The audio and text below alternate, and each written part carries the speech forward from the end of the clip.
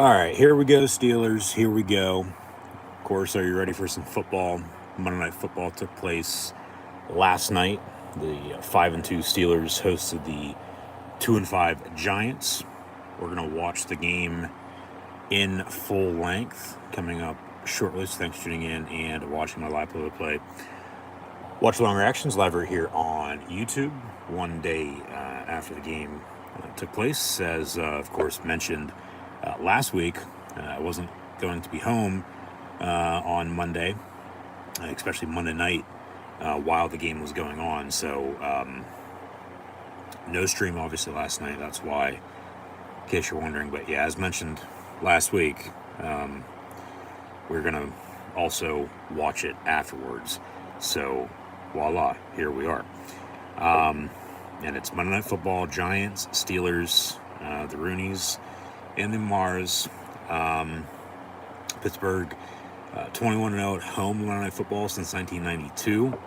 So we'll see if they can get to lucky 22-0 over the past 30-plus years, as we'll have Joe Buck, Troy Aikman, We Are Penn State, Lisa Salters on the call for ESPN, ABC, Monday Night Football. But just in the meantime, yeah, thanks for tuning in and listening. We're going to do an audio only here tonight. Of course, the Steelers are on a bye week next week, I might add as well. So the next Steeler game on the schedule is less than 2 weeks from now. They'll go to Washington, stay in the NFC East, and as they've hosted the Cowboys and Giants, go to the Skins, the football team Commanders in D.C., Landover, Maryland. Obviously, go to Philly before Christmas as well, but that's still ways off. We're not even Halloween yet. In the meantime, yeah, just thanks for tuning in and listening.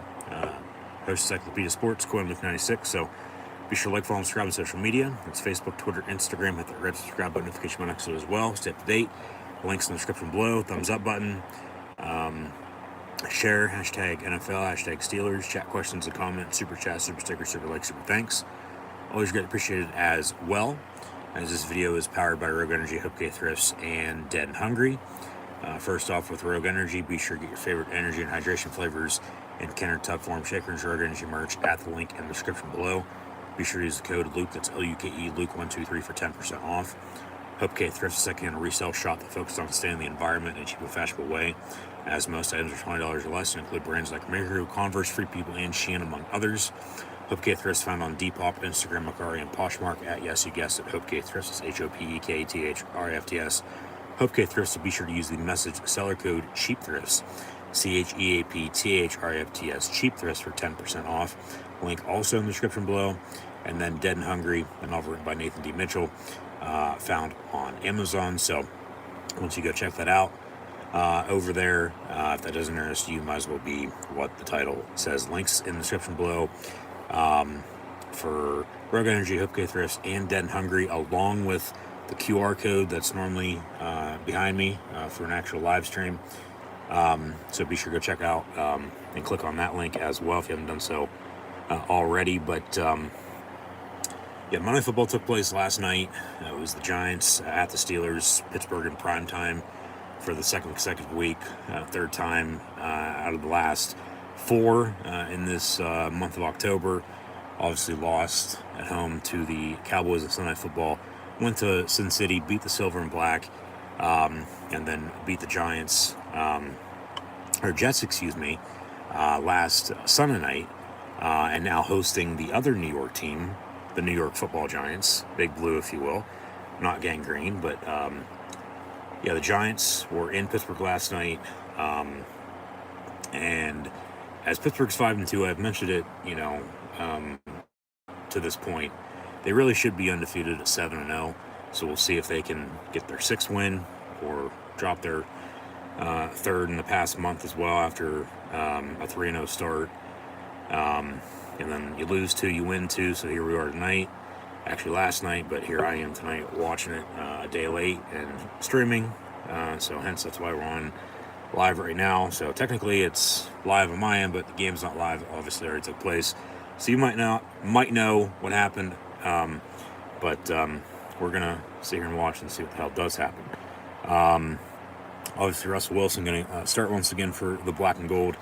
Najee Harris has had 2 consecutive 100-yard games against the Raiders and Jets. See if he can make it 3 in a row this evening.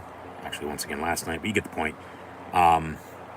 So I said as well after they beat the Jets last week, hell, I don't really think it matters who's playing quarterback for the Pittsburgh Steelers. I don't. From Justin Fields to Russell Wilson, they've won with both of them. 4-2 start with Fields. Russ 1-0 as a starter in the Steel City.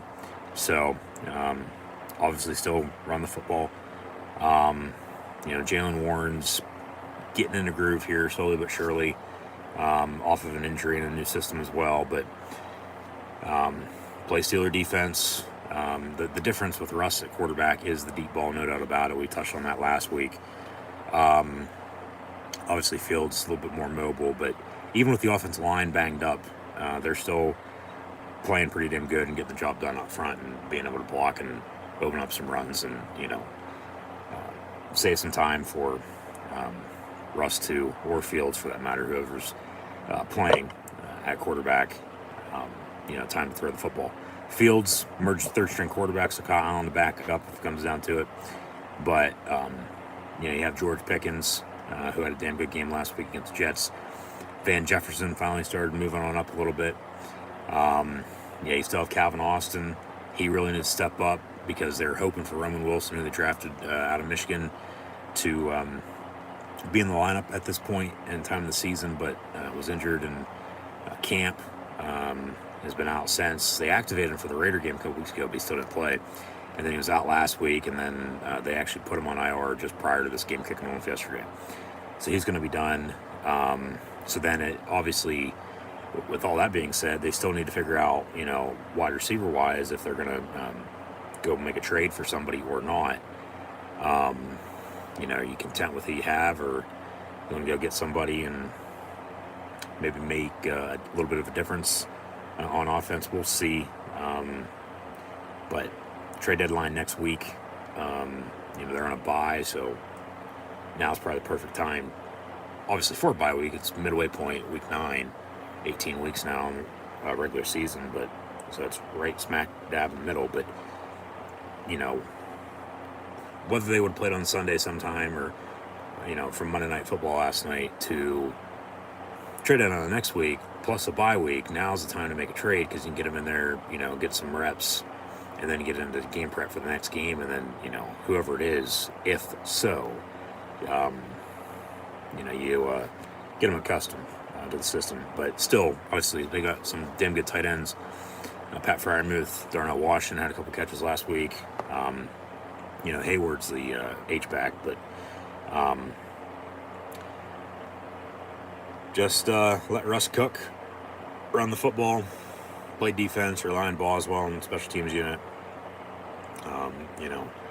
One of the most reliable kickers, no doubt about it, in the sport. But even though they're banged up front on the line, from center to right guard to right tackle, and then you're moving pieces around here and there, I feel like they've still been able to push the defense back, and the offense is just now getting rolling. Obviously, Steelers defense, we know how they play. So turnovers tonight for sure. Get some sacks on Danny Dimes, Jones, but pressure into a turnover. Beanie Bishop had a big game against Aaron Rodgers and the Jets last week. Beanie Baby, if you will, the undrafted rookie free agent out of West Virginia. Been making some plays at nickel, so see if he can keep it up by any means or not. Obviously, it's TJ's defense. You have Hayward in the middle and Mink in the back end. The linebackers have been playing their ass off. Patrick Queen and Lynn Roberts, to name a few. But the good thing with watching this game now on a day delay, as I taped it, it's on the DVR. We can fast forward and we don't have to watch any commercials. So no commercials. 3.5 hour game. Going to be, cutting time there because of that. We will update stats and scores, but we're not going to do that until after the game's over because I can't get it down to an exact minute, exact stat as it would have happened in live time last night. So obviously that's just going to have to wait until afterwards. So we'll update stats and scores. Then we're going to recap college football from the past few weeks and also preview next week, and then recap the NFL in that same regard, and also preview as well. Steelers wearing their color rush uniforms this evening on Monday Night Football after they wore the throwbacks last week. And then, like I said, they'll be on a bye after this game. So, as I sit here now, obviously this game's been over for almost close to 24 hours. They're technically on their bye week as I speak. And then they'll get back into the groove next week before they got to get ready to go to Washington to take on the Redskins, the football team Commanders. But then that's what I said. Depending on what happens here, who's playing well, who's not playing well, and moves around the league, trade deadline, do you make a move or not? Or are you good with where you're at? So, because it might make a difference down the stretch versus, well, if you don't, and then, they could have done something and they didn't, and then that's why they ended up losing, say come playoff time or whatever the case may be. So leave it at that. And I have it ready to go right here from the start with kickoff, with taking us into the game. So that's the preview on my end, and I'll leave it at that and see how this game goes. And like I said at the end, we'll update stats and scores, recap, preview both college football and the NFL, and obviously give some takes on the black and gold Pittsburgh Steelers. So, as we all know, there's 31 teams in the National Football League, but there's only one Pittsburgh Steelers franchise. Founded in 1933, Rooney's, Maros have deep history. Obviously, the Giants are celebrating their 100th season this year. They met on Monday Night Football a few years ago, I might add. But you look at the all-time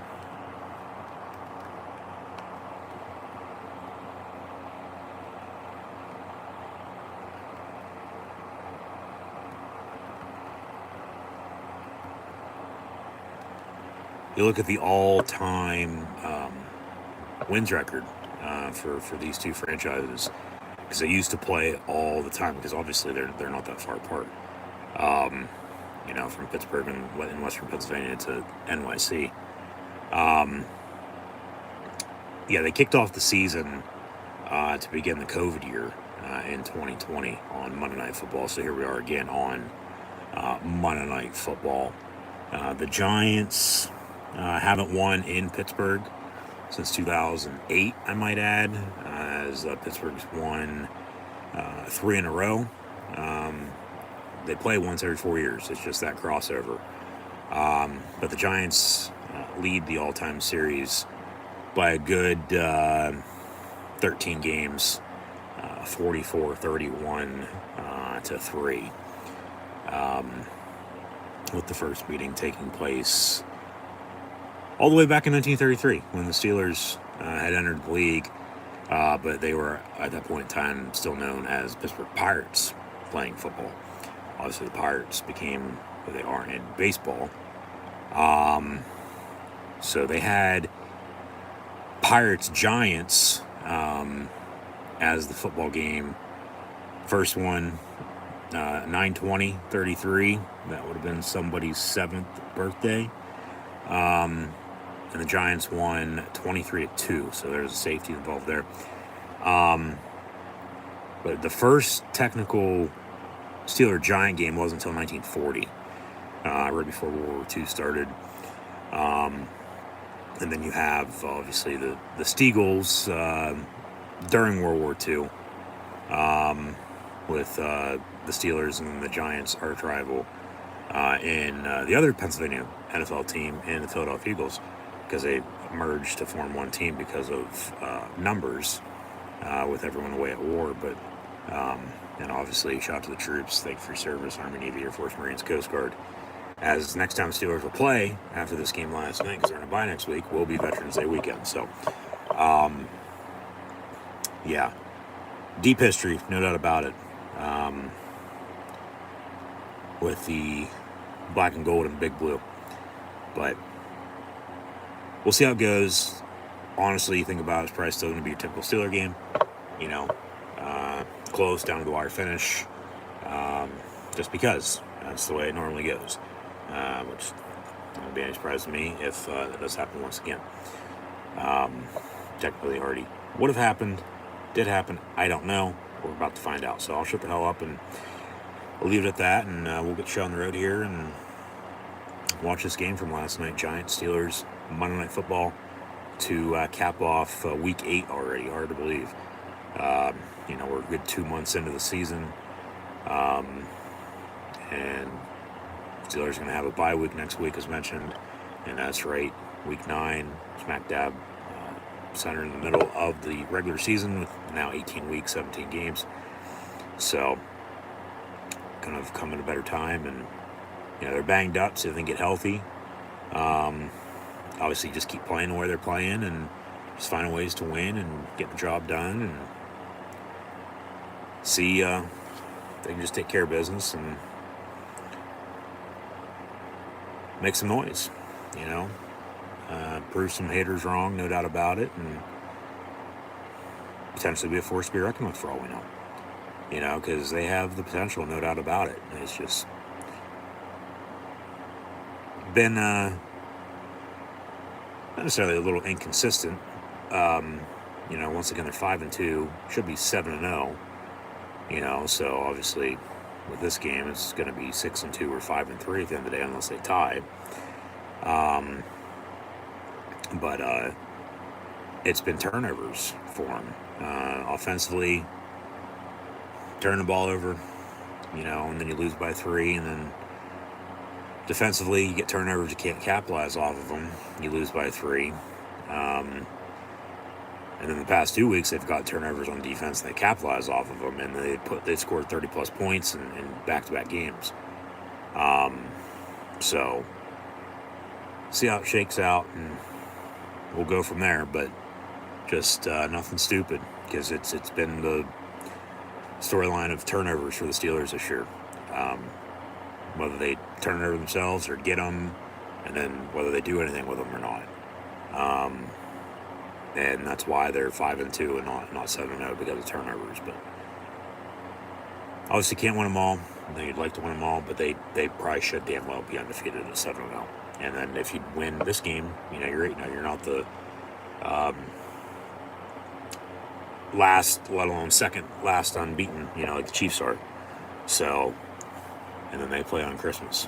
But yeah, that's still ways away too. So yeah, I'll leave it at that. There's really not much else to be said. But so Monday Night Football, Giants, Steelers, and here we go. Gonna hit play. We'll fast forward through all the commercials once we get there, but see what happens. Hopefully they can win and get 6-2 momentum going into the bye week, and just continue to build. One game at a time. Get hot, while the getting's good, and make a run at it. Obviously still a lot of football to be played though, so see what happens. Obviously that's why they play the game. They decide on paper, decide on the field. So I'll talk. We'll see if they got any action or not, but just keep building. Keep building. It takes a foundation to build a house, so it takes time, I get it, but potential's there, as I've mentioned before. So yeah, there's really not much else to be said, so I'll leave it at that once again. But just thanks for tuning in and listening. I know this is going to be a day late. Most of you already know what happened, but we're going to sit here and watch this game regardless, and witness it with our own 2 eyes and see what did happen, because as mentioned once again, I was not home yesterday, I was not home last night, did not watch the game, and so here we are now. But yeah, Giants, Steelers, Monday Night Football, and Pittsburgh at home Monday night, 21-0. since 1992, so they're going to try to get the 22. Which that stat's just absolutely absurd. It is. Like, yeah, they've lost a few on the road on Monday night in the past, but tough to beat at home in prime time.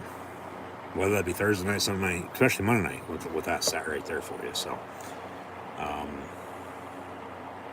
but yeah, Giants Steelers. This is Monday Night Football once again from last night. Please, no spoilers. But here we go, and here we go, Steelers. Donna. Got some fireworks coming off the stadium. They take us from the point to Heinz Field, Acrisure Stadium. In the Steel City, there's Mike Tomlin.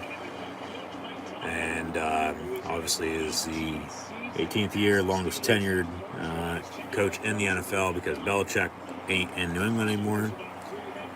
But he's going to be coaching up against Belichick and the Saban disciple and Brian Dable and Big Blue New York Football Giants.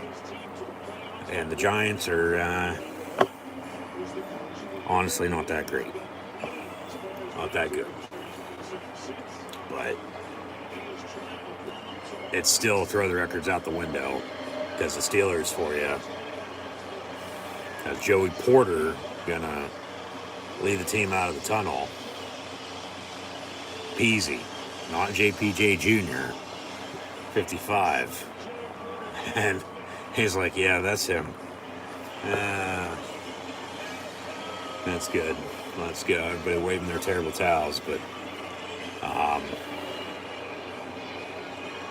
like, you just know how Steeler games go.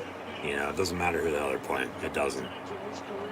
They play their game because they know what it takes to win, good or bad for that matter. So, Color Rush uniforms, it's the black, but it's a darker, yellow. And then it's obviously black on black, not, black and, yellow pants. So Giants on kickoff, Steelers back deep to receive, and we'll have the kickoff right to left, Steelers on the return, vice versa, left to right, crush television screen right on a dial, and touchback, 1st and 10, Pittsburgh from the 30. So, yeah, see if they can run the football. Naj, even with the line being banged up, back-to-back 100-yard games. They still run the screen every once in a while. Russ at quarterback, yeah, they just mentioned him in the deep ball. That's the difference with him in fields, other than mobility. But get Freiermuth the ball, get Pickens the ball, run the damn ball, and just get the spark, get some momentum and rhythm built up, and capitalize off that and off turnovers defensively, and just find a way to win. So, first play, pass on a rollout near side, complete, Calvin Austin, and first down for the Pittsburgh Steelers. Officially about 11 on the pickup. So, about 30 seconds or so in, they got a 12-yard gain to the 42-yard line, 1st and 10. Under center is Russ, and he'll hand off to Double Deuce, Najee Harris. Up the middle for about 4 yards, so 2nd down. But just be balanced, be consistent. Keep this defense off balance. Run the ball, run some play action, go deep. Run to pass to run, do what you're doing. Just move it downfield. Pass near side, complete, Pickens. But yeah, he's going to be short. So it'll be second, or that's Van Jefferson, excuse me, not Pickens. 11, not 14. But it's going to be about 3rd and a yard. Yeah. 3rd and a long one. Now they spotted, okay, that's 3rd and 1. So, far side with the trips. They'll run a draw up the middle, though, with Naj. And he'll get to the Giant 39-yard line for a 1st and 10. So, see if they can drive and get some points here. Field goal, touchdown, just take an early lead, and make stops on defense, and then right back to it on offense, and go from there. So from the first down spot of the 39-yard line, Wilson's going to be up under center again, and hand off Najee Harris again. He'll cut, he'll spin, and he'll get another first down.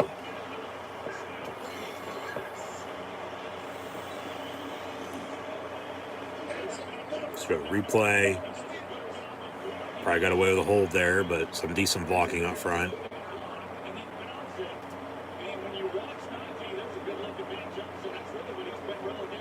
Yeah, blocking. But hey, do what it takes to win. Late whistle, pass through the middle caught by Freiermuth, but they'll blow this dead. So we'll see. All right, Giants called timeout. We'll say what the penalty is. Normally going to be a false start or delay a game in that regard, but on an offside. But Giants called a timeout, so they're down to 2 the rest of the way, and we're about 2.5 minutes into this game.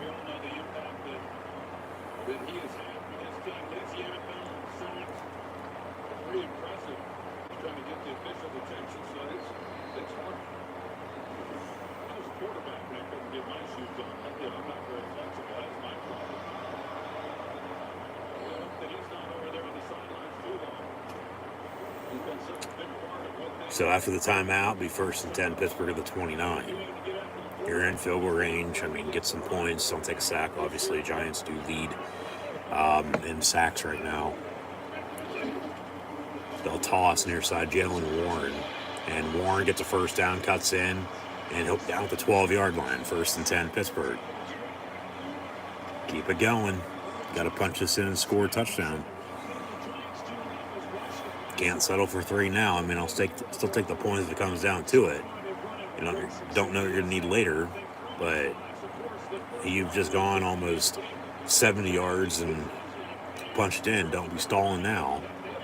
1st and 10 out of the eye again. And Warren for a yard, maybe 2 if he's lucky enough up the middle. So about 2nd down and 8.5, 9 from the 10, 11-yard line, depending on the spot. Obviously, you know, still not goal to go, so you got a couple shots to punch this in here. Be 1st and goal if they can get to the 2-yard line. But 2nd and 9 from the 11. Russ going to fake the give, roll out near side. Over the middle, caught, touchdown, Pittsburgh. George Pickens with a touchdown on the opening touchdown drive. But there's, of course, a fucking penalty on the play. God damn it. Personal foul, face mask on the Steelers. On Broderick Jones, are you kidding me? They'll replay 2nd down. Are you serious? They call a face mask on the offensive line and not an illegal hands of the face. They call a face mask on the offensive line. Well, all right. Yeah, that is a good call. I'll live with it. I mean, normally it'd be a hold, not a face mask, but he did grab his face mask. So that obviously was able to get Russ out of the pocket and find Pickens in stride in the end zone, touchdown. But that's off the board now. So now after the penalty, they got a 2nd and 24 from the 26-yard line. Jesus Christ. So now they're probably most definitely going to have to settle for 3. Play clock winding down. 3, 2, 1. They get the snap off. They'll run a draw to get some yards back, but Warren will only get about 3, maybe 4 up the middle. So that's a crucial penalty, you know. You have a touchdown, and then because of the penalty, it gets called off.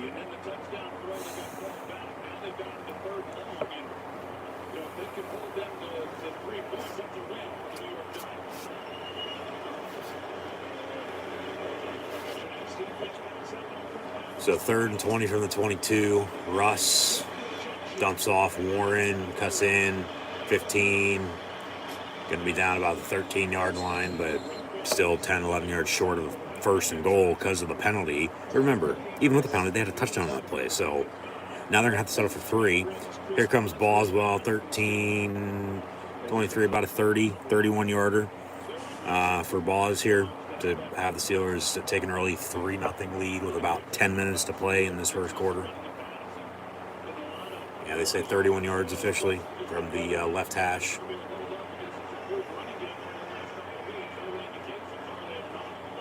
And snap, hold, kick, all good. So Steelers lead the Giants 3-0 here. But that should have been a touchdown drive, man. God damn, that's frustrating. But now it'll be the Giants' turn to see what they can do offensively, see what the Steelers defense can do as well, make some stops. So, Monday Night Football, first couple minutes, Steelers the Giants 3-0. We're going to fast forward through all these commercials now and get back to the action here within the next few seconds. So stay tuned. And here we go. Boswell's on the kickoff. But 70-yard touchdown drive on a passing touchdown to Pickens gets called off because of a face mask penalty, and they have to settle for 3. So see about a 4-point difference later on in this game if it's going to matter or not. But Giants on the return, and it's as good as a touchback to the 30-yard line. So 1st and 10 New York from there. See what the Steelers defense has up their sleeve, and we'll go from there. They're going to run their backs. Obviously, they don't have Saquon anymore. They thought it'd be a good idea to let him walk in free agency and then let him sign with the Philadelphia Eagles, who's in division with them. So Jones will hand off to TT. Tyrone Tracy, rookie running back. They have Devin Singletary as well, who was with Brian Dable in Buffalo with the Bills. But their first-round pick was Malik Neighbors, wide receiver out of LSU. Obviously, we know the Odell Beckham Jr. story. Same thing a decade ago. But he's been banged up. Jones still has to be able to get him the football, because they got a block up front for him. Like, offensively, these two teams are more similar than they are different. You actually really think about it, just with, how the game's going to be called. Yeah, just make stops on defense, man. Make them have 3rd and, long, not 3rd and short here. 3rd and a yard coming up. And they'll sneak it up the middle and they'll get a first down. But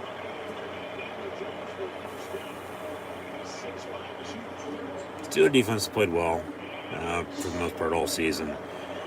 There has been a time or two, obviously,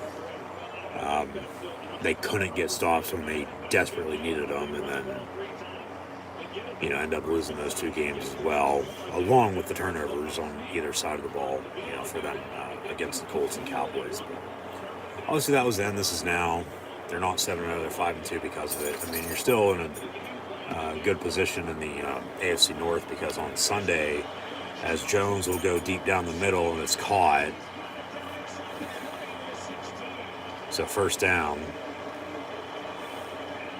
I was going to say, all the Browns beat the Ravens and the Bengals lost the Eagles. So the Steelers hosting the Giants here on Monday Night Football. And if they win, they'll be atop the division, because they were tied with Baltimore at 5-2. So they're now 5-3. So if they lose, they're 5-3. They're still tied. But if they win, they're 6-2 atop the North. And they've taken care of business without having played a divisional game yet to this point. They'll get into that after the bye week. So 1st and 10 Giants inside the red zone at the 16-yard line after a big deep ball down the middle of the field.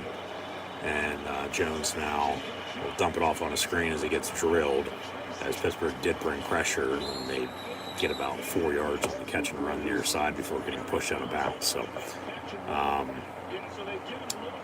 second and about 6 coming up here for the Giants.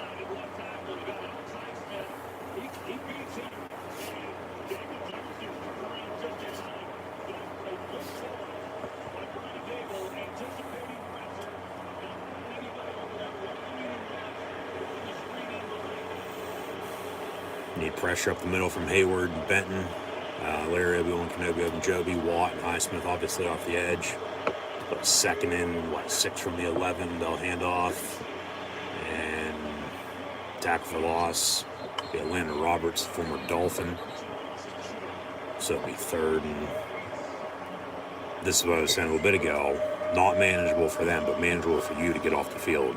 Make stops. It's third and 9, third and 8. They already converted on a third and a yard, and then they went deep. Hence why they're in red zone here. And then with a chance still obviously to tie the game up at 3. The field goal if they don't score. So we'll see.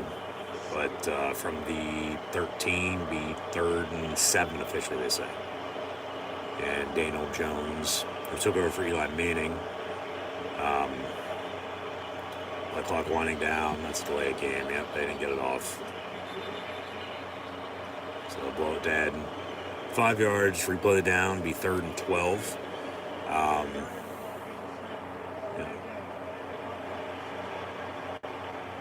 So there's now going backwards, but Jones was, like I said, drafted to be Eli's replacement. Went all right for a little bit, if you even want to say that. They thought it was smart enough, though, in their eyes, the Giants, this is, to pay the man as much as they paid him. And then they're still, below average. Like, the Giants really haven't been relevant since they won a Super Bowl. Quick bubble screen near side, caught, but way short of the line, so it'll be 4th down, and they'll kick a field goal. Looking to tie this game up at 3 as well, so about a 27, 28-yarder. Tied at 3 here. About 5 minutes or so to play in the opening quarter, so both offenses did drive, take up about 5 minutes of game time, and Steelers kicked the field goal. Giants seemingly going to, yes, they are lined up for them. We'll see if they make it, though. Be a 29-yarder, they say. Because the ball is spotted at the 11, so 11 and 10 is 21, another 7, 8 yards from the snap, hold, and kick, which is up and good. We're tied at 3. So, Steelers can get the ball back, and we'll see if they can go drive and kick another field goal, let alone go score a touchdown as they did, remember, on the opening drive as well, but then, because of the penalty got called off, and that's self 3. So, 3-0, 3 apiece. Might be, one of those games that's just slow and slower until something gets going. The Maras and the Rooneys. It's a long history. They're actually going to tell us the deep dive of it.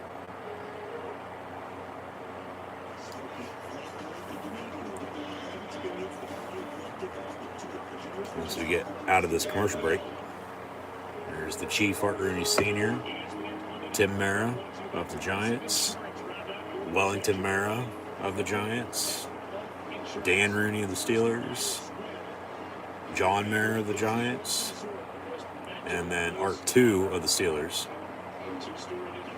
Yeah.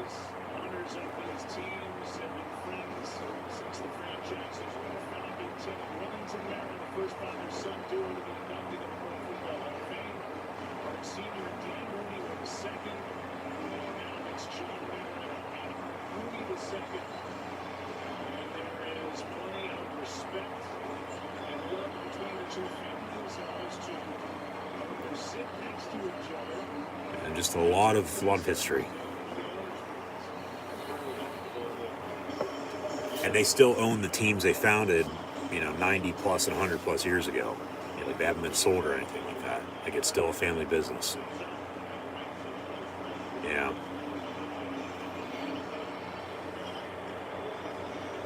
Touchback on the kick. What we should do is actually look up,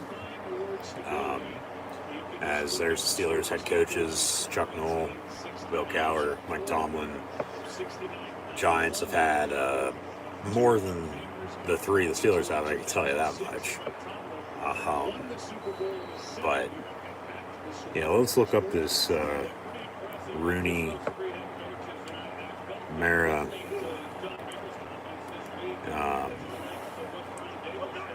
history, not the actual person. And then there's Kate as well, who I believe was the one who was in House of Cards, if I'm not mistaken.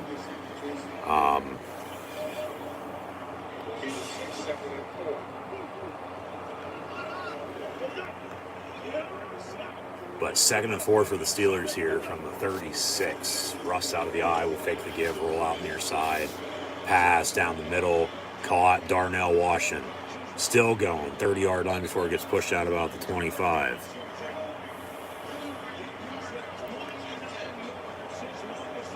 So obviously you have the Rooney family. You have the chief founding, the Pittsburgh Steelers.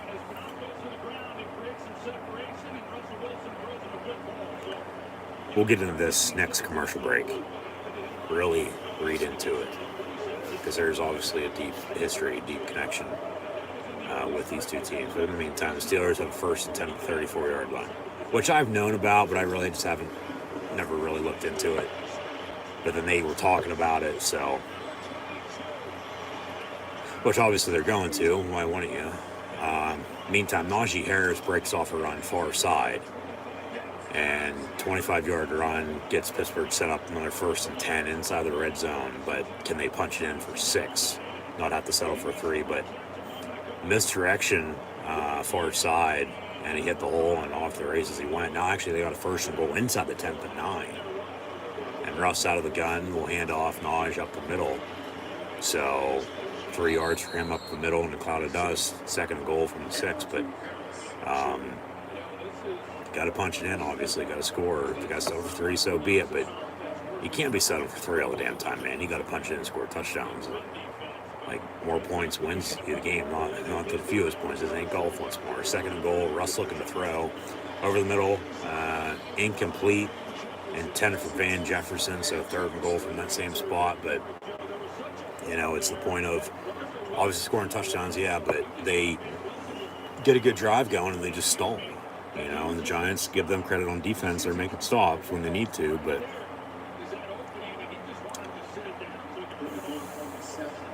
the pass was just a little bit behind. Yeah, they had it too. See if they go back to it later, maybe. 3rd and goal, Russ looking to throw, going to step up, and back of the end zone, incomplete again. It was tipped. So 4th and goal, kick it, take the points. Son of a bitch.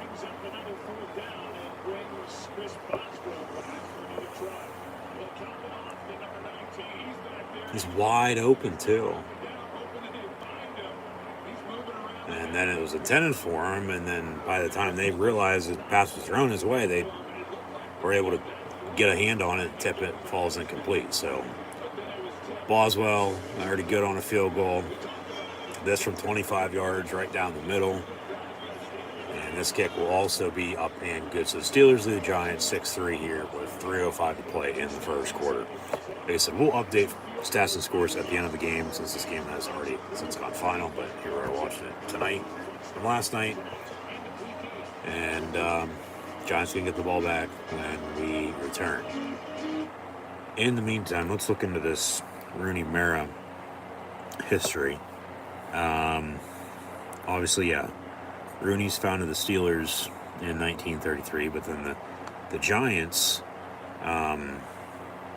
have been around for 100 years, dating back to 1923. And the Chief was in charge of the Steelers until he passed away. And then it went to Dan, and then Dan died in 2016, 17, 18, something like that. And then his son, Art, not the Chief, but Art Rooney II, has been in charge of the team since.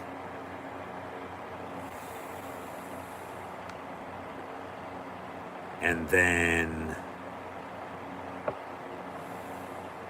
with the Maras, they're related as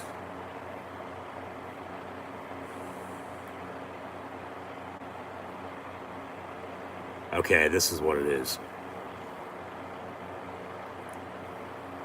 As they announced the Maras throughout history and the Rooneys throughout history, Wellington Mara, who was part of the Giants, you have Kate and Rooney Mara, who are current actresses in today's business. Their maternal grandfather, because there is a marriage, is Tim Rooney. And then they're great-granddaughters of both Tim Mara and the Chief Art Rooney, is what it is. So then you got to start there and then work your way down, as we just sort of went backwards with it. But that's the connection. Yeah.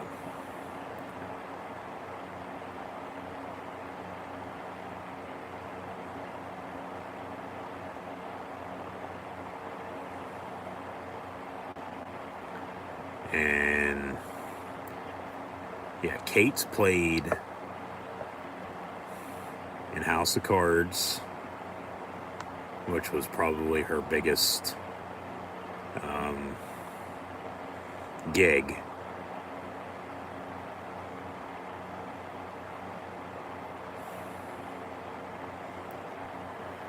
She is in the football movie We Are Marshall, the movie Shooter with Mark Wahlberg, Chappaquiddick, that had Matthew Perry play Kennedy.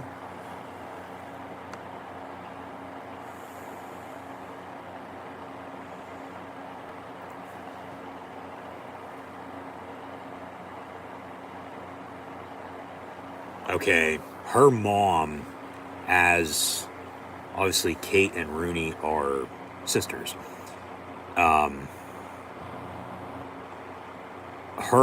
Their mom is Kathleen Rooney. Okay, and then she would have married Tim Mara. So then you have the Giant and Steeler connection there. And yeah, great-granddaughter of both Tim Mara and Art Rooney, the Chief. Yeah, mom's side has ownership in the Steelers, father's side ownership with the Giants. Yep. So that's the marriage with Tim and Kathleen. And then obviously they have kids, and it's Kate, and then Rooney Mara, technically Patricia, and she was in The Girl with the Dragon Tattoo. What else? Nightmare Alley recently. Women Talking. So, and then she's married to Joaquin Phoenix, the brother of River, and portrayed Johnny Cash and Walk the Line and Joker and Joker 1 and 2 over the past 5 years. It's all about who you know. It is. But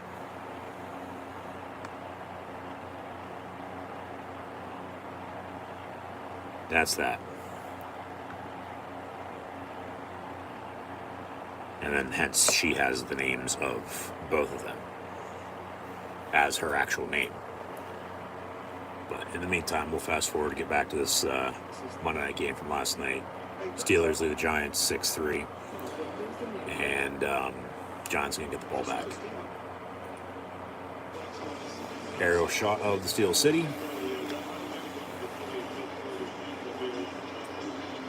Loving the city of Pittsburgh, no doubt about it. Steelers on the kickoff. And we'll have a return for the Giants from the 10-yard line.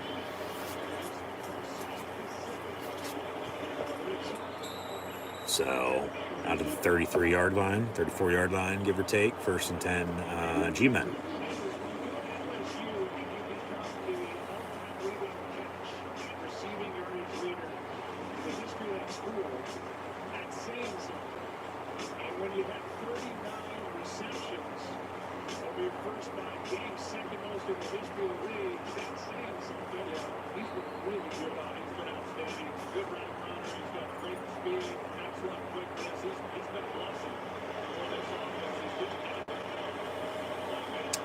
So 1st and 10 Giants from the 34-yard line. And Jones will hand off on a draw up the middle. Tracy with a penalty on the play, gets out past midfield on a big 1st down run, but might be coming back. Legal man downfield maybe a defensive hold. Holding on the Giants. So 10 yards over, put it down. The 1st and 20. That wipes off a big play too. You know, Steelers had a touchdown called off, but Giants just had a big 1st down run that could have sparked something on this drive, you know, get called back. So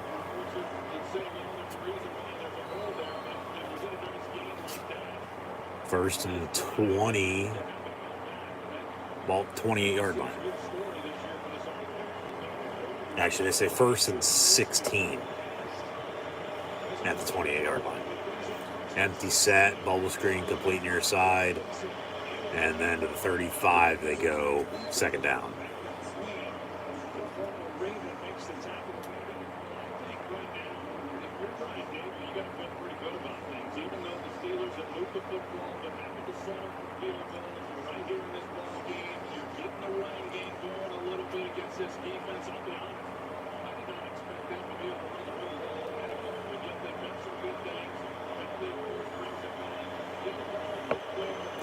So from the 35, 2nd and 8. Another handoff on a draw. Well, hey, right back up the middle, and they get the 1st down run. So they say, forget about the penalty. We're just going to keep running it and see if he can stop it. So Pittsburgh's going to have to crack down and stop the run. No, not like that, yeah. And it starts up front. You got to be able to block around the football, and both teams right now are doing that pretty good. So right now, whoever can continue to control the line of scrimmage is probably going to win this game. 1st and 10 from the 46.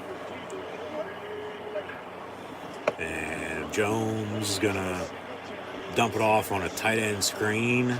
Theo Johnson from Penn State. Going to be about a yard short of the marker, but there is another penalty on the play, so this might be coming back again. And now it's a legal man downfield.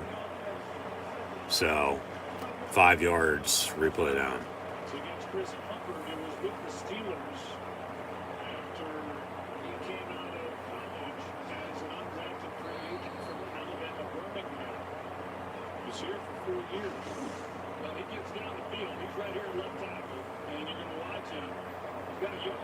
Yeah.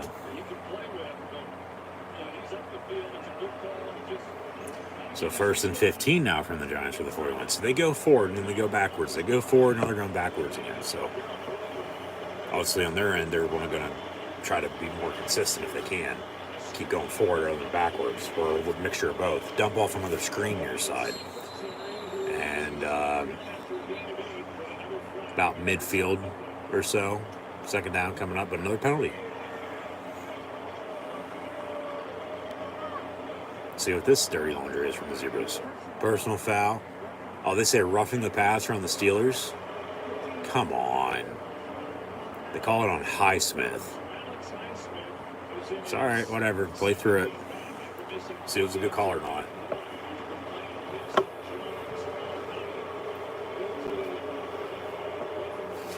Jesus Christ, really? That's you can't go much more closer than that. That's like simultaneously with him throwing the football and then him being hit. It wasn't a clear roughing the passer as if he threw the ball and then all 5 minutes later, then he gets tackled. No, you can't be calling that roughing the passer. You just can't. 1st and 10 from 36. Jones going deep near side, and Neighbors incomplete the 5-yard line. And good coverage by Joey Porter Jr. They want a flag for a potential defensive hold. We'll have to see a replay on that. Well, he sort of stumbled at the line to begin with, and then he might have held his arm right at the end a little bit, not much. He held onto his finger. Yeah, a little bit. But you're going to make some, you're going to miss some calls. That's what, with officiating, I don't have a problem with it just as long as you call it down the middle. And that's the point, too. They're letting them play. So you've already had how many penalties on this drive? Obviously was one more, but they're not going to want to call anymore. So that pass is incomplete, and they got a couple yards on that last play. But now here at the end of the first quarter, the Steelers lead the Giants 6-3. And we'll fast forward to get to the second quarter.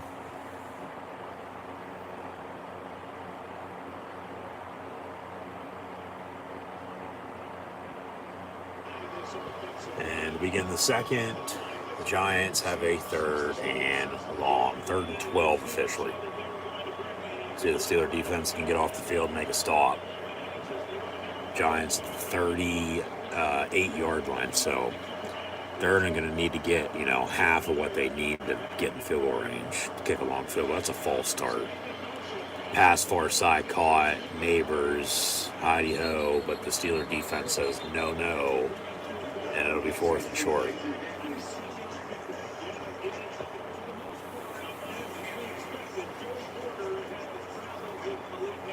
But are they going to go for it here on 4th and a long 2, or are they going to kick a field goal, looking to tie it at 6? Because if they go for it, Steelers defense gets the hell off the field. You got not a short field to work with, but some decent starting field position. Hold your lead at 6-3, maybe go up 2 scores here, early second quarter. From the 28-yard line, they're not kicking it on 4th and 2. Roll out, pass, complete, first down, they'll move it, and drive will stay alive. All right. So they're going to look to drive and score now, I think. Go up, 9-10-6 rather than tied at 6. But, yeah, just a simple pass in the flat near side and on the rollout, and it's caught first down.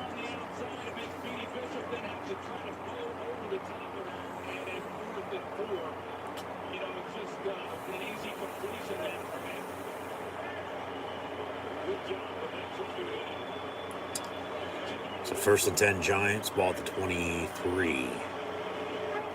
And Jones will hand off. Good blocking up front. Another decent run near side for about a 7-8 yard gain. 2nd and short coming up for the Giants.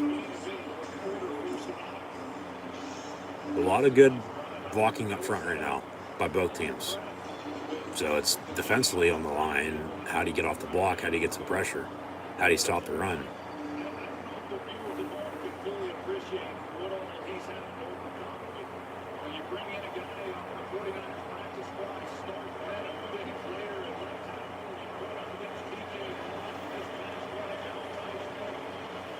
Second and 2 from the 16.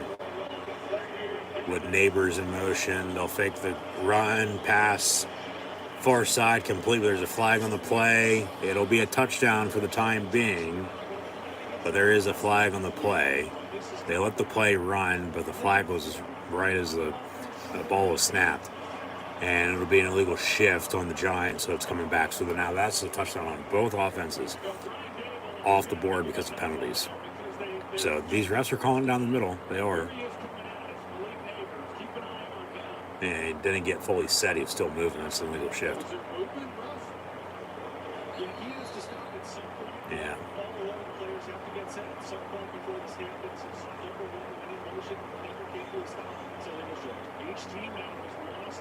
Yep.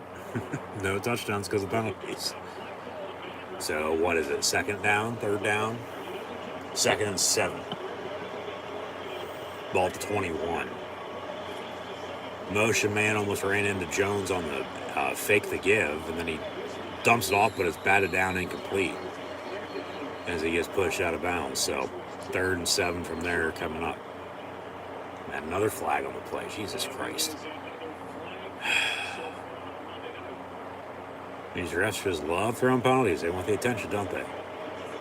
Obviously, it's against the Giants because they're talking to Mike Tomlin about what he wants to do here.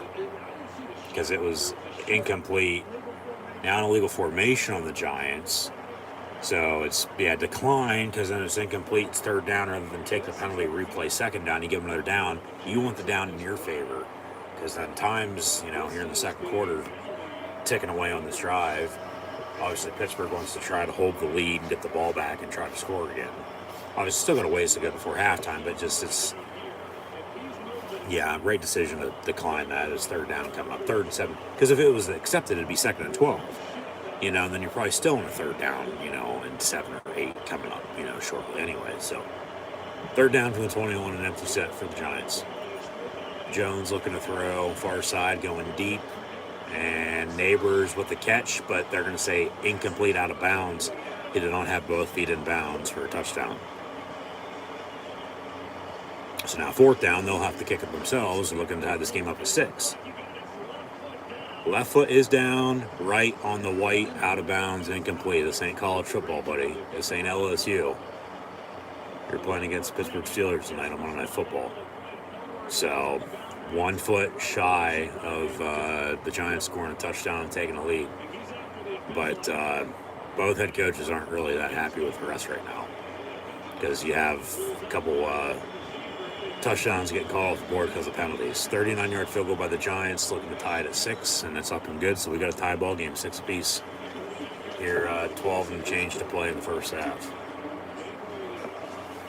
He's hot. Yeah. So here we go into the commercial break. We'll fast forward it, and Steelers is going to have the ball when we come back. See if they can, third time's charm, go drive and score a touchdown. Or we're going to have to settle for 3 again, go up 9-6. And then the Giants maybe do the same thing, looking to tie it at 9 because it's just been a field goal game. Or, are these teams going to start being able to punch it in rather than have to settle for 3 all the damn time? We'll see. Just the way the game's gone. You have 2 touchdowns called back because of penalties. 7 total penalties. But 4 total field goals, 2 apiece, 6 apiece. Giants, Steelers, 1st and 10, Pittsburgh from the 30-yard line after touch back on the kick. So, see, this drive is going to result in out of the eye, Russ up under center. Jefferson in motion. And they'll fake the run to Najee Harris. And then Russ will dump it off to him, but he drops it incomplete. So 2nd and 10.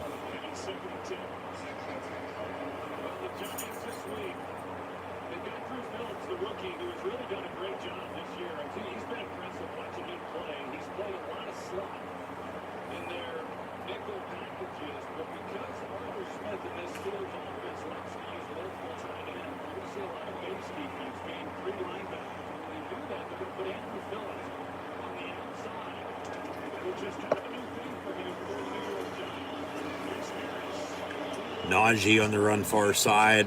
He loves to hurdle. And he gets another Steeler first down. Let's see a replay of that. There you go. Just a toss. And at the 34 to the 36, he hurdles a defender. And luckily, he hasn't been taken out in midair on one of those yet. His first few years in the league. But first down run far side, and they'll move the sticks. 1st and 10 now at the 43.5. with Austin in motion. And Russ up under center will fake the run, roll out near side, throw back across his body, middle of the field, incomplete, out past midfield, intended for Fryermuth. So 2nd and 10 again.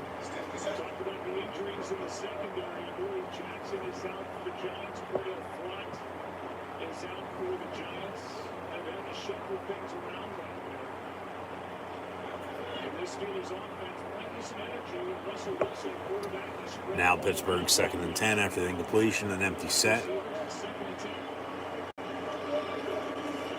Russ pass far side, out past midfield. Goes Van Jefferson, first down, Pittsburgh. He had a touchdown last week. His first as a Steeler.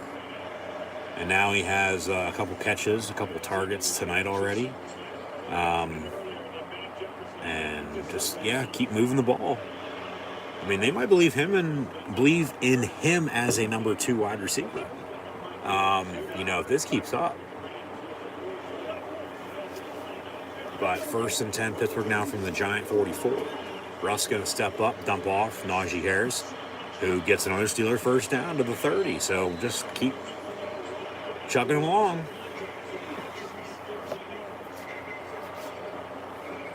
We're at the Russ cooking show right now, and we're going to add a little ingredient here, a little ingredients here, and just keep getting first downs, move the ball, and score some fucking touchdowns.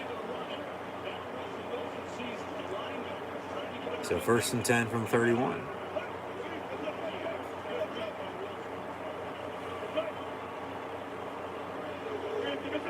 And Russ will hand off to Najee, who breaks a tackle and gets to the 25.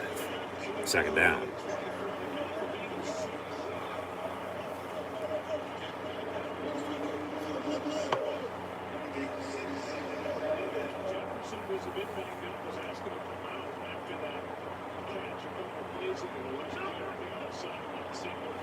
So 2nd and 4 from the 25 for the Steelers.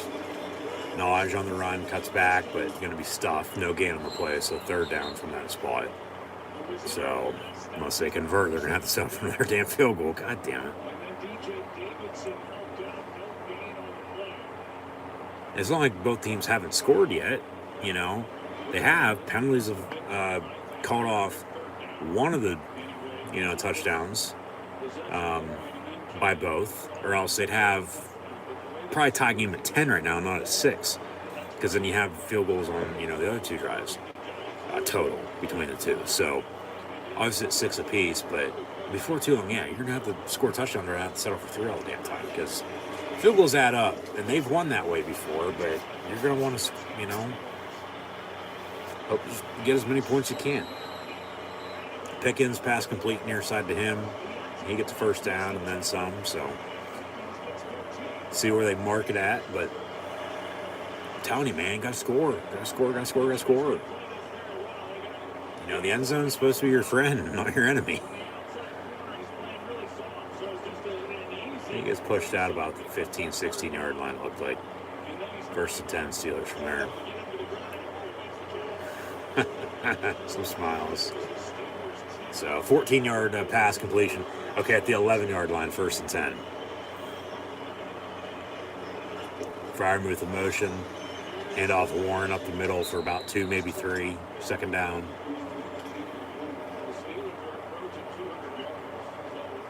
In the first half, that's pretty fucking impressive. Sometimes they don't even get 200 in a fucking game, for God's sakes.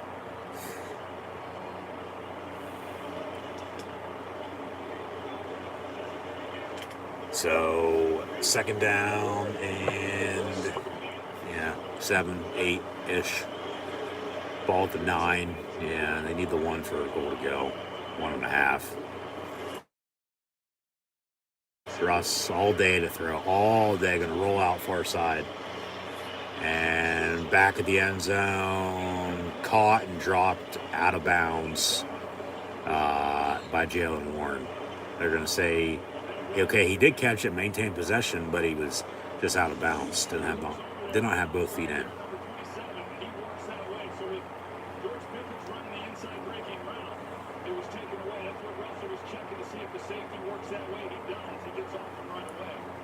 So pass it complete, be third down from the 9. So they're going to have to settle for another field goal here, if I'd have to guess. Timeout. Timeout. Play clock winding down. They call it timeout. All right. Let's get set. Missed opportunities in the red zone so far. This is Pittsburgh's first possession. Yeah, he had a passing touchdown, but a penalty got called off. And then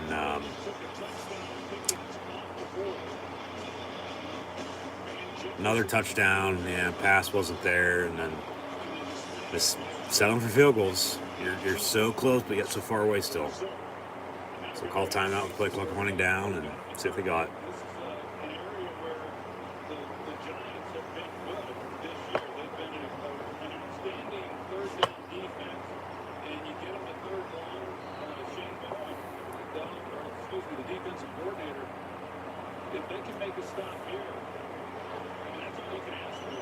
So 3rd and 8 from the 9.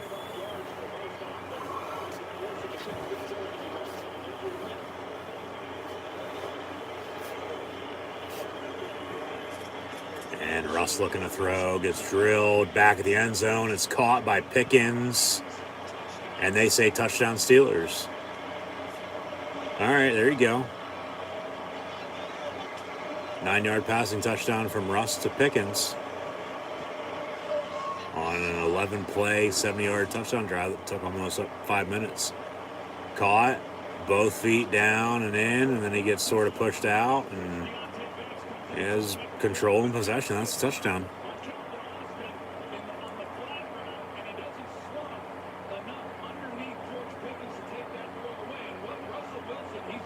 Yeah, that's a touchdown. And now the rolling on the field is a touchdown, but are the Giants challenging? Obviously, all scoring plays are reviewed, though.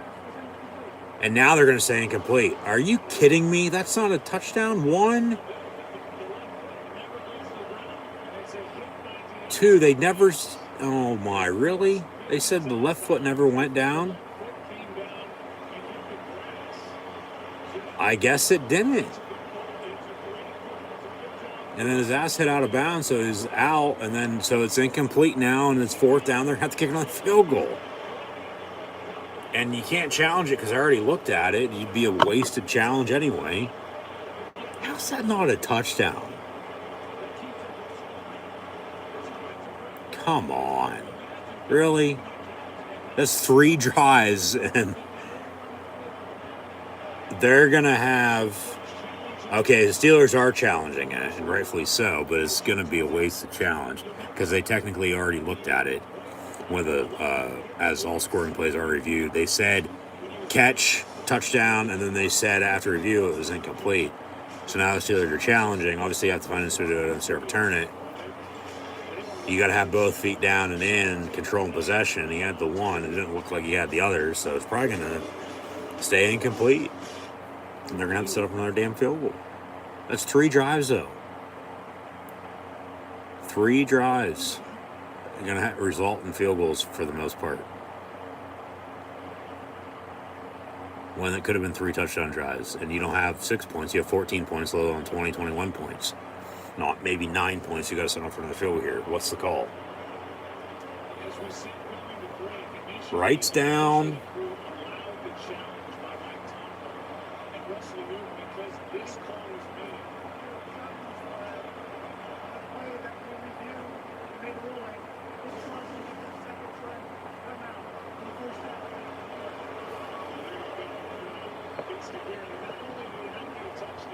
So they just charge the Steelers another timeout with the challenge because they already looked at it. That's a new one.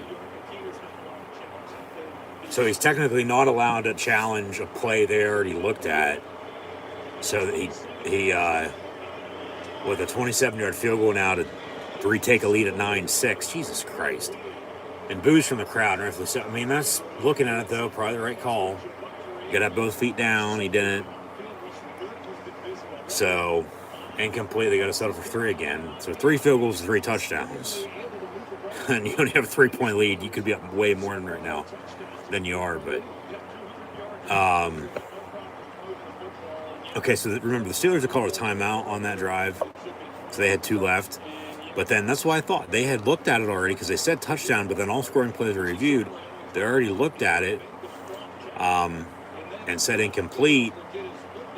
So then the Steelers challenge, which that's why I said it's going to be a wasted challenge. You're not going to win it.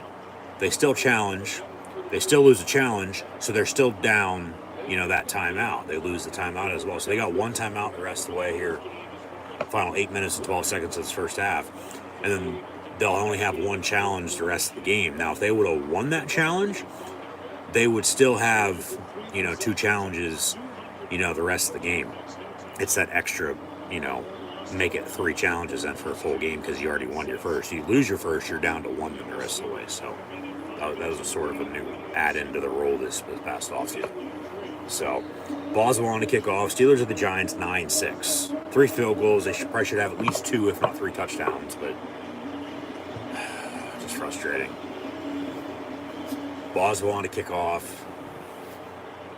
And we'll have a touchback. So 1st and 10, Giants at the 30.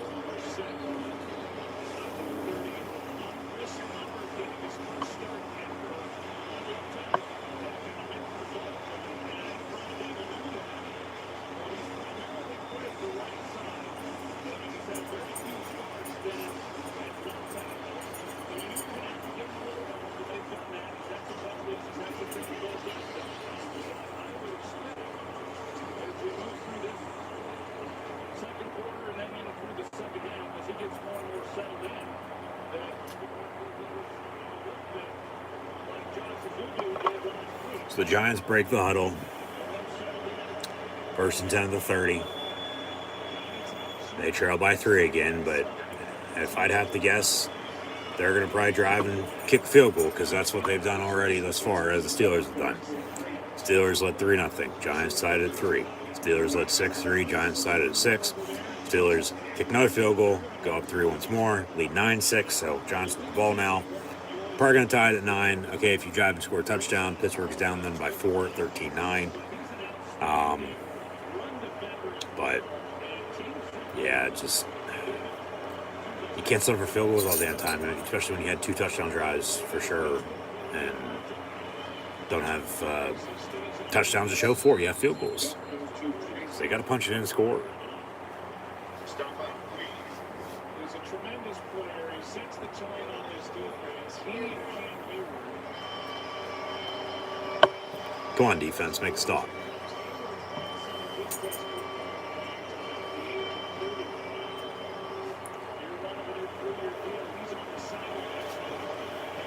So 3rd and 3 from the 37.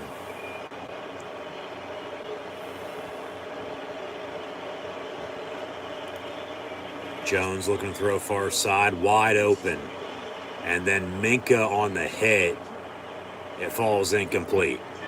And no penalty, which is a little surprising, because any other time they would have fucking thrown it. But he brought the boom on that for sure. Incomplete, 4th down, no punt. I'll be damned. We're going to have a punt tonight? That's a surprise. Boom, yeah, just knocked the ball out. Led with a shoulder, no helmet to helmet. 4th and 3, Giants on to kick a punt for the first time, not kick another field goal. It's 9-6, Steelers are getting the ball back. Hey, maybe go drive and score a touchdown and go up 2 scores before halftime. Austin on the fair catch. Yeah, that's a little surprising it took this long to fucking punt, but that's just how the offenses have been, doing. They've drove and scored points, kicked field goals. Where the Giants should probably have touched on themselves with the 1 field goal, so they have to give them 10 points. The Steelers should at least have probably 17, with 2 touchdowns and a field goal, maybe 3 touchdowns. But the Giants have 2 field goals, the Steelers have 3 field goals, and the Steelers lead the Giants 9-6. Here's when near halftime, and it'll be 1st and 10, Pittsburgh. With the lead, only one timeout, 6:45 to play in the half. 2-minute warning, yes, but only one timeout because remember they called one, lost a challenge, they lose a timeout there, lose a challenge, they'll have one the rest of the way. And from the 18, 1st and 10, up 3, 9-6. Maybe put another 9 at the end of that. Wilson up under center, handoff, Najee Harris, and 2, maybe 3 yards for him.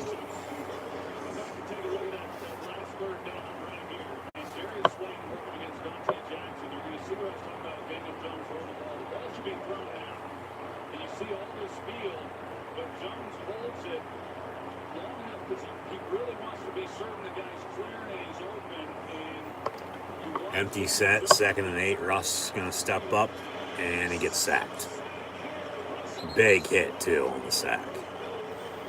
See, that's the thing I've said with Russ at quarterback.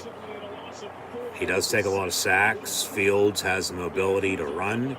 I'm not saying Russ doesn't have the mobility to run, but Fields has better mobility to run. But then, a little odd, okay, they bench Fields at 4 and 2. He backed up Russ last week. And then Russ has a good performance. Steelers win with him as well. So they, like I said, play them both. They've won with both of them. Why not play both? 3rd and 12, dump off Warren near side. Somehow, some way, he's going to get a first down out past the 30. So the drive stays alive. It won't go 3 and out and stall and punt. So they'll keep the sticks moving. But, for tonight's game, you have Kyle Allen as the backup because they said Fields had a leg injury and was questionable, so they have him as the emergency 3rd string if needed. Obviously, same thing with Russ as the emergency 3rd string quarterback earlier this season. Only play if both the first 2 quarterbacks go down hurt. But 1st and 10, Pittsburgh from the 33, handoff Warren, but he'll be spun for about a yard gain. But I get, like I said, too, last week, percentage of plays for Fields and draft pick compensation, so on and so forth. Being able to, pull my chain, basically, and a winner to somebody who has one but not as much, and like we've talked about in the past, but so I said, even with the way they played, they can win with both of them, so it doesn't really fucking matter. That's what I said. Just enough with the quarterback discussion. Because they're still helping them out in the run game, and they're still helping them out on defense, and relying on special teams when needed. Just find a way to win. I don't care who the hell it is. So, get the play call in here after that pass was complete near side to Pickens. And they now have 12 plays of 10-plus yards. Yardage is adding up for sure, no doubt about it. But 1st and 10, Pittsburgh from the 46-yard line. And Russ going to be up under center, out of the eye. Fake the pass, hand off Warren, but tackle for loss, 2nd down.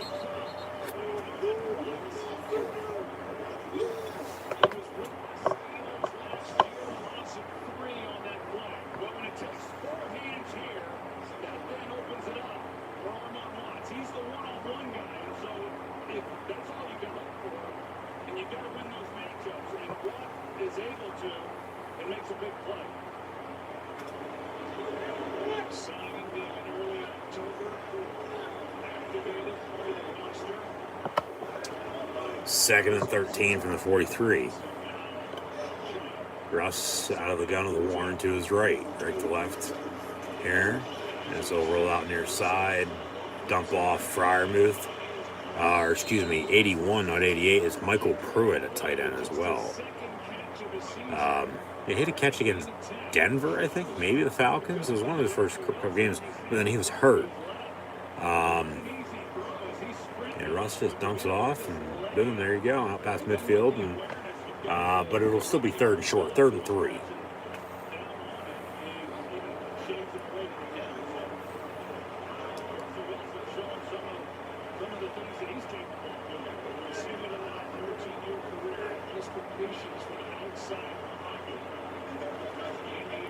With the clock winding down, gotta go. 1, they get it off.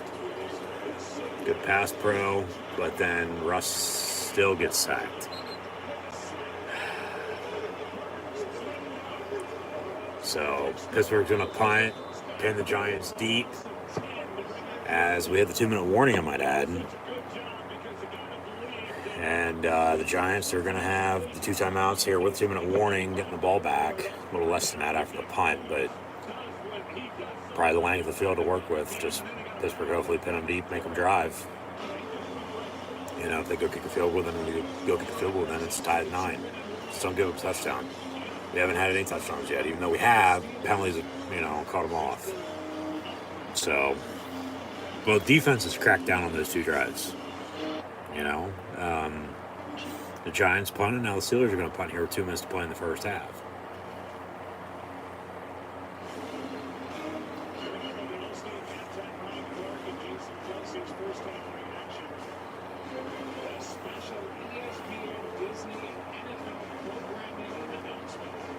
Wonder what the hell that is.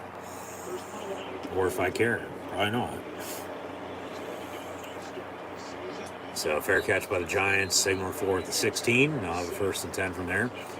Down through 2 timeouts and a little under 2 minutes to play in this first half. $1:53 officially after the punt was fielded on fair catch. So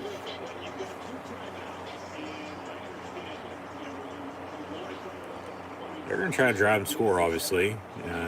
Comes down to it. They'll kick the field goal because they've done that already twice. Pittsburgh has done that 3 times. Just, can't get the field goals, or the touchdowns, to stick, So you have to settle for 3 and kick field goals. But 1st and 10, handoff, tackle for loss, and 2nd and about 12.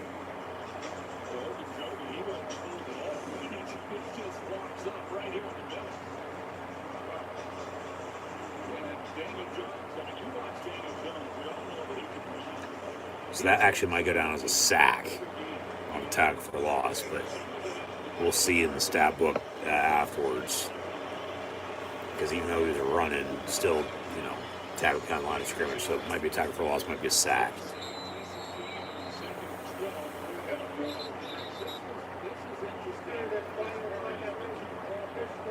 Pittsburgh with a 3rd and final timeout because the Giants handed it off there a couple yards, but they'll have a 3rd down. So Pittsburgh going to try to stop the clock and try to get the ball back if they can, if they get off the field here.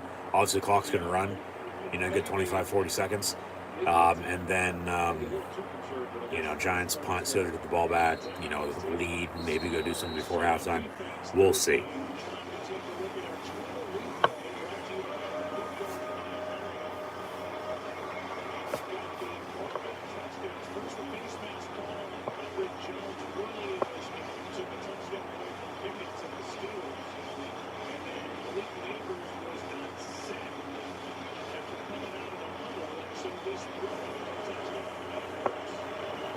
So 3rd and 8 from the 19. See if the defense get off the field. Force a punt. Pressure off the edge. Pass down the middle. Caught, though. Missed tackle. They finally wrap him up at the Steeler 44. So now the Giants are in business. Still got 2 timeouts here with about a minute to play in the half. They trail by 3. So, son of a bitch. How do you give up another big pass play down the middle like that? I mean, seriously. They ran it earlier, and, they were going backwards, and they went forward. And then, here they go forward again on 3rd and long. You give a big play like that. 1st and 10, Giants pass far side complete. Another 1st down out of bounds. And they still got 2 timeouts.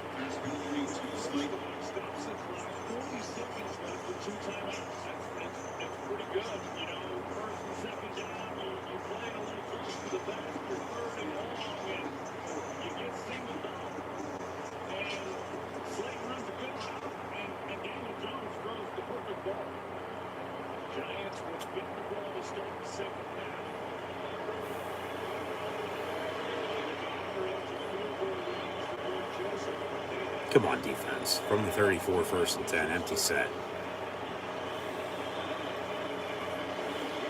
And Jones gets hit. Pass complete.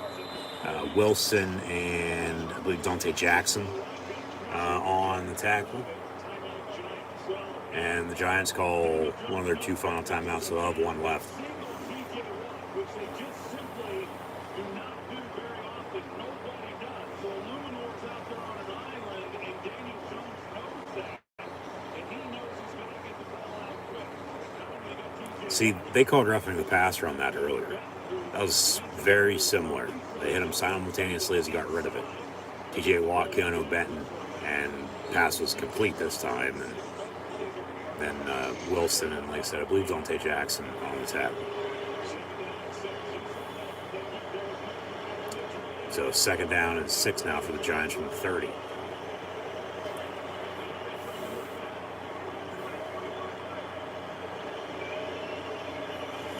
And Jones looking to throw far side, 1-on-1, incomplete.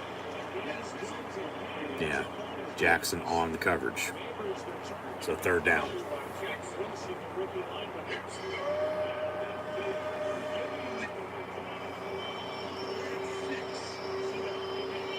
Forcing their field goal. Don't give them a touchdown here before halftime because they get the ball back to begin the second half.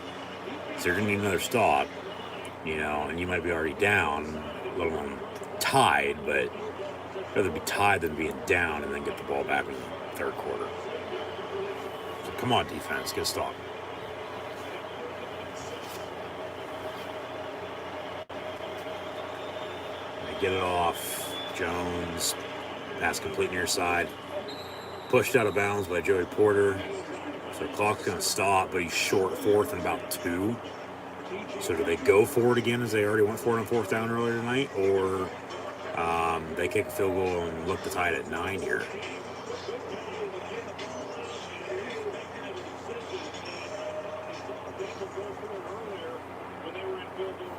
They will kick it. Be a 44-yard field goal attempt from the right hash. Steelers assuming get the ball back with about probably 20 seconds left if they want to do anything, which they probably won't. Snap, hold, kick, good. So 9-9.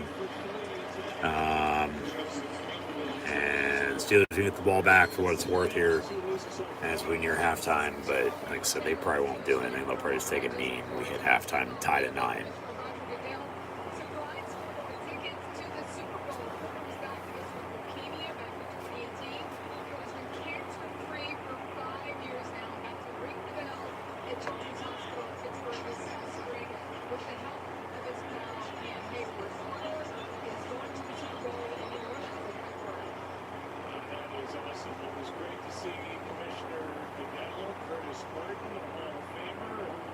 Pittsburgh played at Pitt. Number 6 on the all-time rushing list with over 14,000 career rush yards. And what a moment for Porter headed to Super Bowl 50. Yeah, no kid. That's one happy young man. And had a chance to run into the commissioner. Curtis Martin as well. And I will tell you, Curtis Martin is respected people to go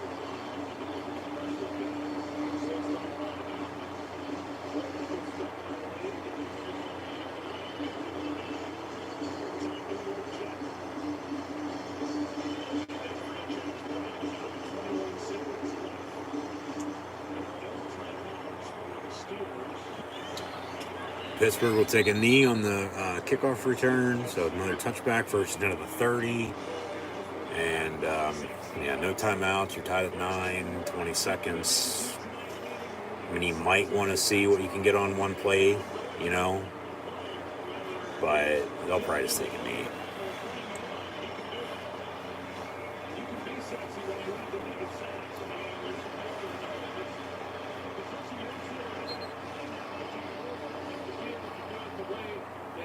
They're going to break the huddle here. We'll see what they line up with.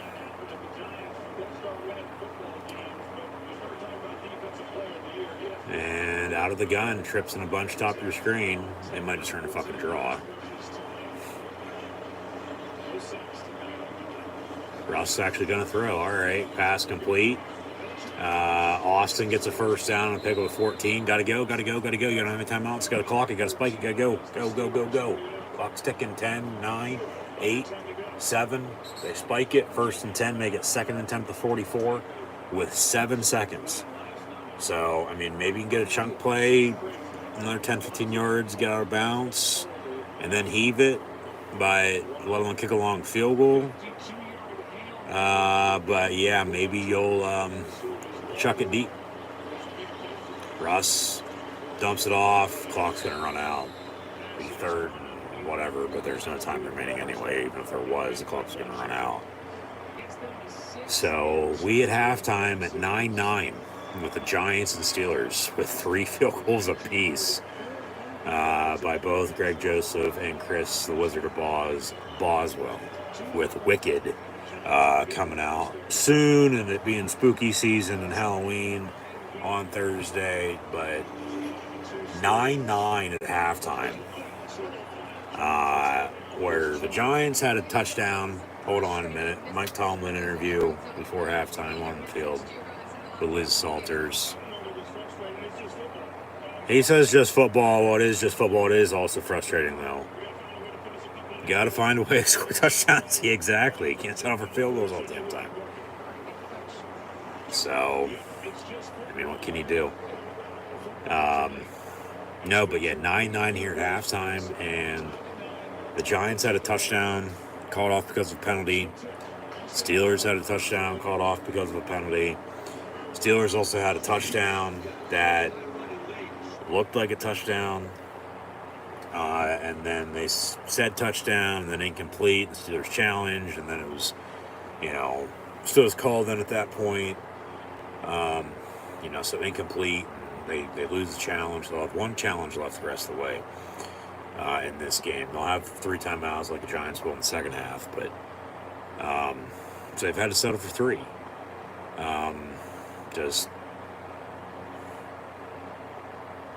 We'll see what it gives in the second half. Both teams have been able to control the line of scrimmage up front. It seemed like with good blocking in the running game, and then some play action passes. So defenses, okay, yeah, there's been a few sacks now, but defenses just need to make stops. Which, I mean, shit, they are. They're getting off the field when they need to because they've forced 3 field goals apiece. So, defensively, though, it's also, always got to rely on special teams. You have 9 points, you could have nothing, but you should have, at least probably 14, if not 17, let alone 21 points right now. Not 9, but it's 9-9 at halftime. So offensively, they got to punch in and score touchdowns. You just can't settle for 3 all damn night. Not going to cut it, not going to get the job done at the end of the day. So see what it gives. As always, I'm sure something will. Normally, obviously, we'd be updating stats and scores, but we'll do that at the end of the game since we're watching this on a day delay. This was last night. We're watching it, live right now. Because if I had to look up stats, I would know who won and see the final score and see, all the stats. Watching it afterwards, I can't get all the stats live in live time because technically the game ain't live anymore. It's everywhere. So, we'll update all those afterward, along with recapping and previewing college football and the NFL. So stay tuned for all that. But 9-9 here at halftime. Giants, Steelers, and Monday Night Football. And off to 10 minutes at halftime, we're going to fast forward through all this and get to the third quarter and see what happens in the final 30 minutes of play. Because we're knotted up, tied at 9 at halftime right now. So, now who knows? Maybe we go to overtime. I still feel like it's going to come down to the wire. It's a close game as it is. Steeler games are normally typically close like this to begin with. Normally always come down to the wire anyway, so it's nothing new. It's going to be, not even more balanced or more consistent than they are. I mean, that'd be even better, no doubt about it. You want to be as balanced and consistent as you can be. I mean, they already are for the most part, but just got to be able to capitalize off the momentum, because you do something good and then you just go backwards. Like you're just shooting yourself in the foot with penalties and no turnovers just yet by either team. So we'll see if that comes into play later or not. Sometimes it does, sometimes it doesn't. Obviously, the Steelers are at home, so mama come late third, early fourth quarter at some point in time. Defense needing to stop for you, but yeah, just got to score touchdowns. Got to score touchdowns.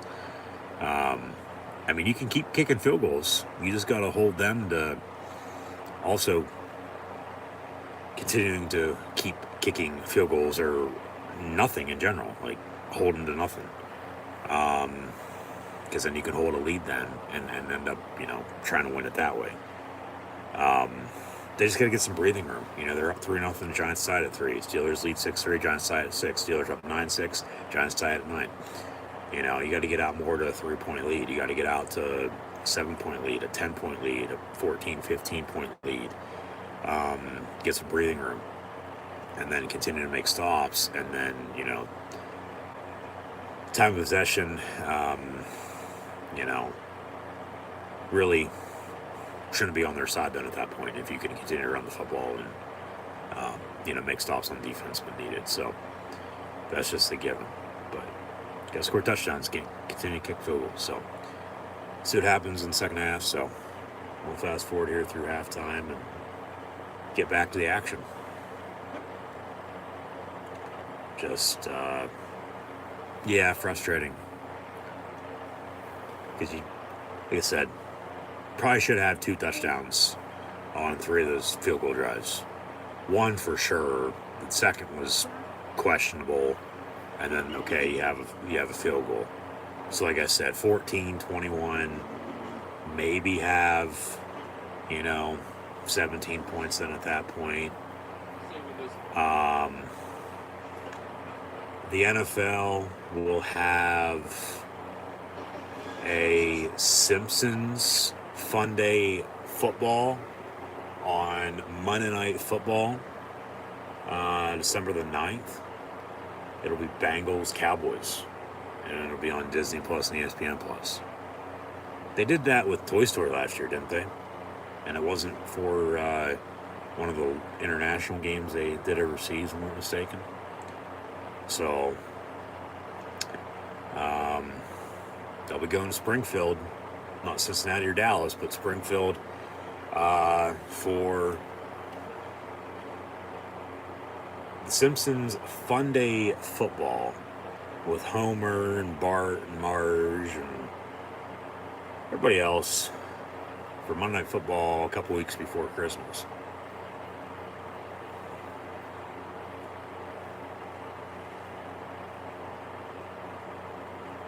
Steelers going to be on Netflix. Obviously, they'll have Amazon for Thursday Night Football, but we're on Netflix for Christmas.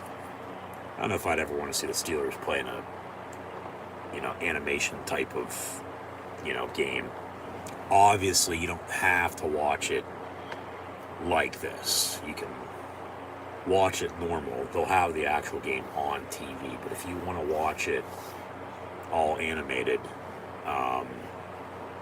and it was good last year. It was synced up. Like, they had everything, cued, and like it was interesting. It was fun to watch.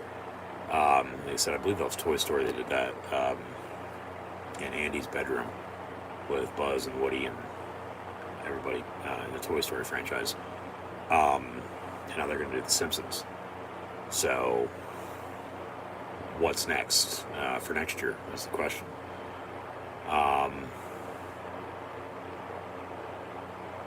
But yeah, they'll obviously have that in Springfield, not Haddonfield. Michael Myers is going to come get you Thursday night, though.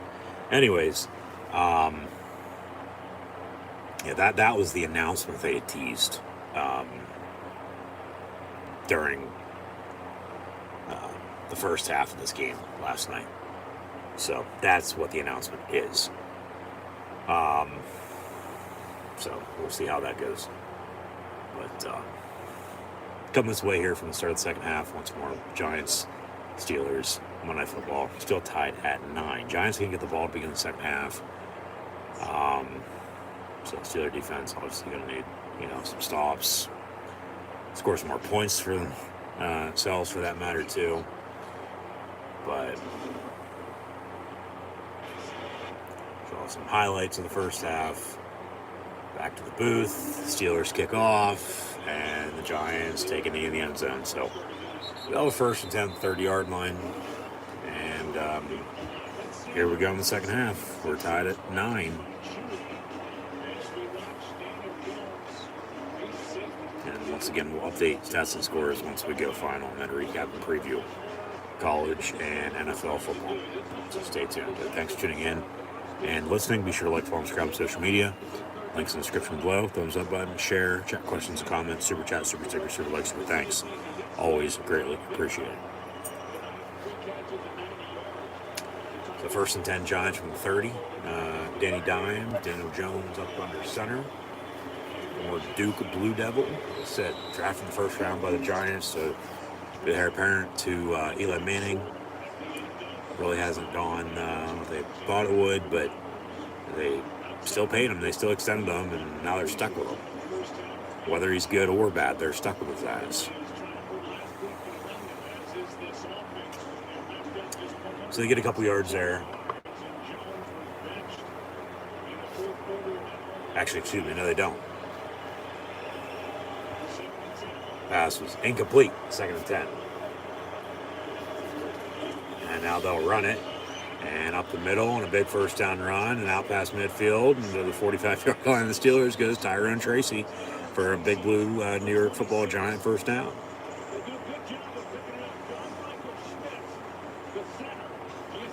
John Michael Schmidt? What about John Jacob Jingleheimer Schmidt? Was his name your name too? Because it sure as hell wasn't my name too, but first and 10 Giants. From the 44, first and 10.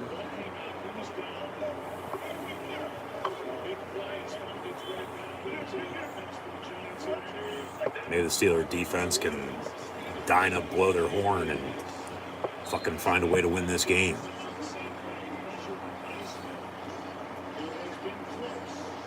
I don't think there's anybody from either team with the eyes of Texas, but we're in the Steel City, the 412. See if they can strike with the iron's hot.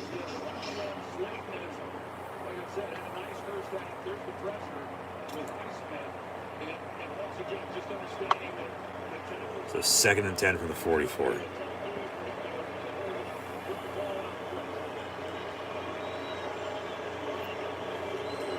And they'll run a draw. Tracy for about 5 yards. Be third down though.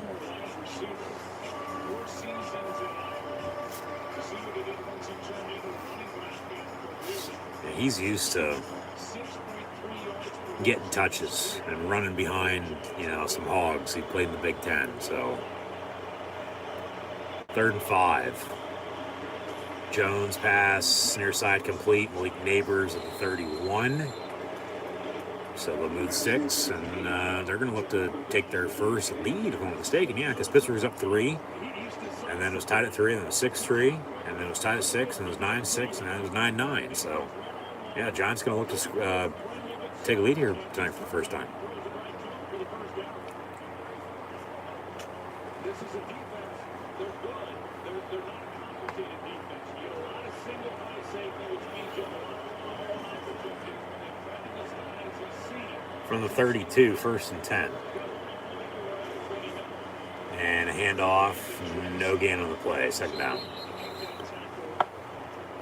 see the first 5 draft selections. This is it's a draft class. It's played a lot. I mean, it's had 7 different rookies. The Giants make the start at least one this season.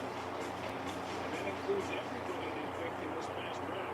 With Tyrone Tracy, early in the season, he was getting a lot of carries a game. He was going to double Singletary. Singletary missed a couple of games, and Tracy goes for 120. So 2nd and 10. And Jones, see if Highsmith can keep up with them, and they wrap him up. Down he goes, TJ Watt on the sack.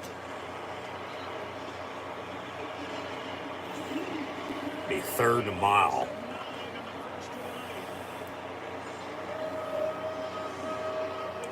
Keep him out of field goal range now, too. Come on, defense. Yeah, Highsmith with pressure, chased him down, and then Watt was able to get to him, too, and he was the one that wrapped him up, took him down by his ankles and sacked him, yeah.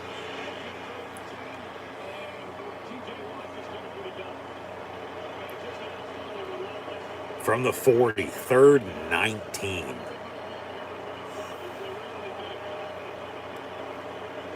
They really only need like 5 yards to kick a long field goal. That's a hold. That's a hold. And still down he goes on another sack. Highsmith this time. Highsmith wanted him on the last play. Watt got to him, so Highsmith gets to him on the next play, that very play there. 4th and an extra long mile, and make it 2, 3, the whole way from Pittsburgh to East Rutherford, the Meadowlands. And, the Giants are out of field goal range, and they'll have to punt and pin Pittsburgh deep, and Pittsburgh going to get the ball here for the first time in the second half. Still tied at 9.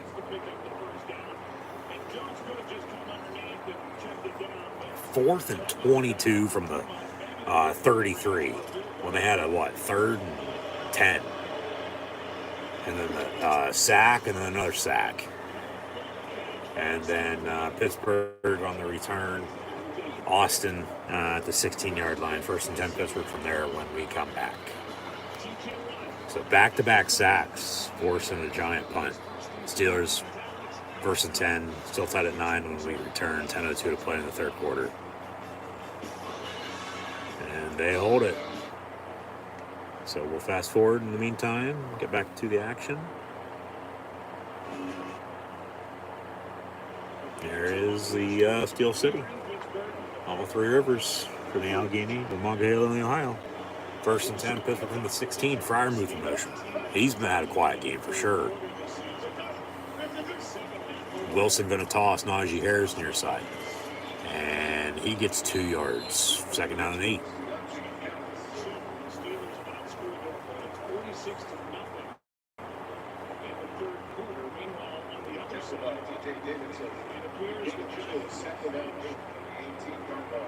First round pick and second-year pro Deontay Banks. Greg Strong is taking his spot. So 2nd and 8. Trips in a bunch, top of your screen. Wilson in the gun with Harris to his left. And a handoff, but no gain on the play. 3rd down.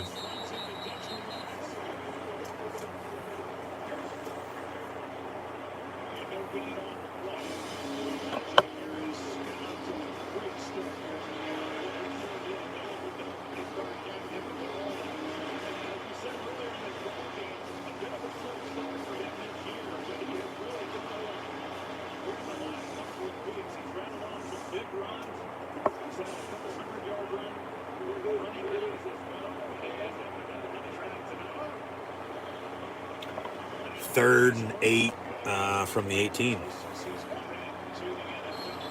And a flag on the play. You get a false start and offside. I said false start on the Steelers. It's on McCollum. A new center with obviously Herbig having been out since the start of the season, and then Zach Frazier, who they drafted out of West Virginia in the 2nd round this past April, went out with an injury against the Raiders a couple weeks ago with an ankle.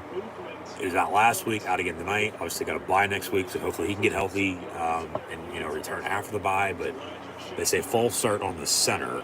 3rd and 13, empty set. Warren going to motion in the backfield to the right of Russell Wilson now. Pass far side, complete Freiermuth, but he only gets to about the 20-yard line. They'll punt on 4th down here. So now the defenses have cracked down and made stops here to begin the second half. And after 6 total field goals, 3 on each side, 9-9, get a punt to begin the second half. I'm going to have another punt coming up.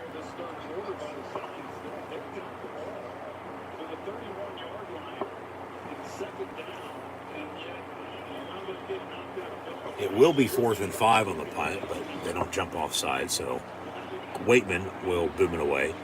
And a return for about a couple yards far sideline, but not much. So 1st and 10 Giants. We're still tied at 9 here. 7:35 to play in the third. So it's a fast-paced first half of this third quarter, to say the least, with back-to-back punts. Still tied at 9 once again. Fast forward, get back to the action.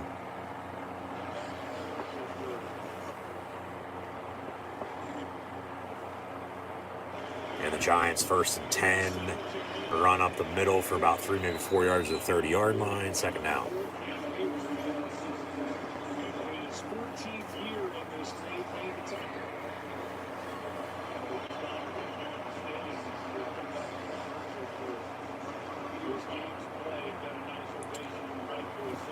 Cam Hayward with his 202nd career game played, which is the most by a defensive player in Pittsburgh Steelers history.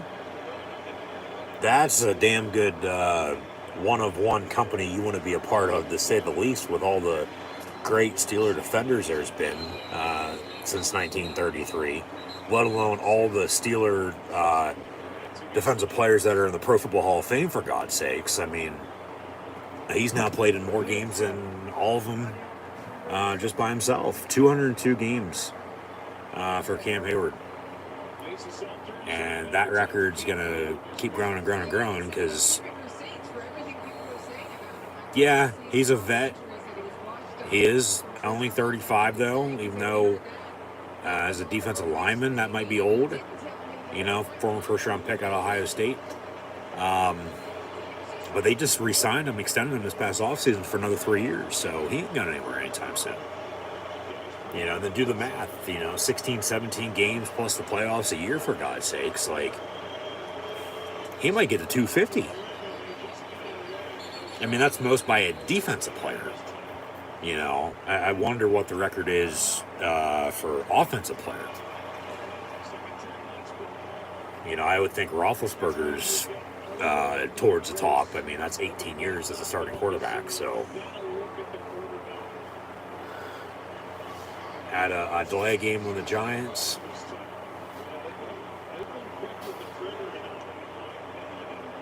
So 5 yards, they'll replay down.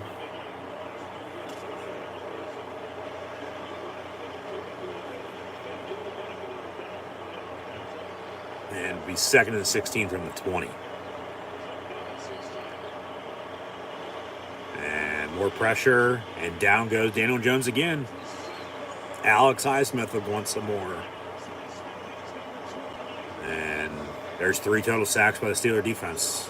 All in this third quarter, I might add. And it's going to be 3rd and long.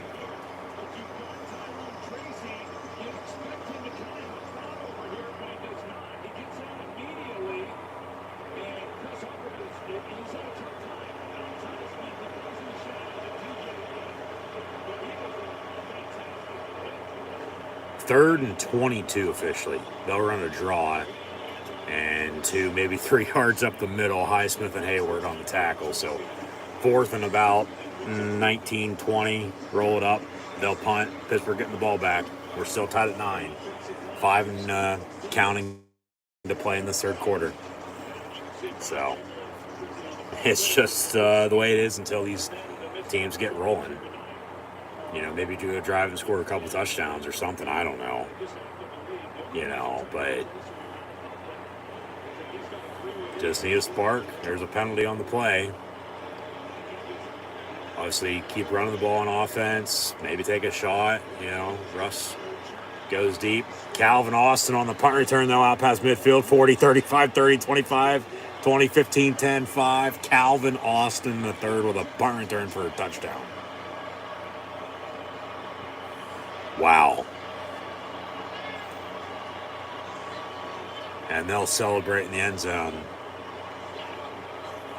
And we won't need the Steeler offense on the field because the punt unit just took it to the house. But there is a penalty, remember, on the play. Illegal formation on the kicking team on the Giants. Penalties decline. Touchdown Steelers. There's your first touchdown of the night. And the Steelers special teams unit, 73-yard punt return for a touchdown.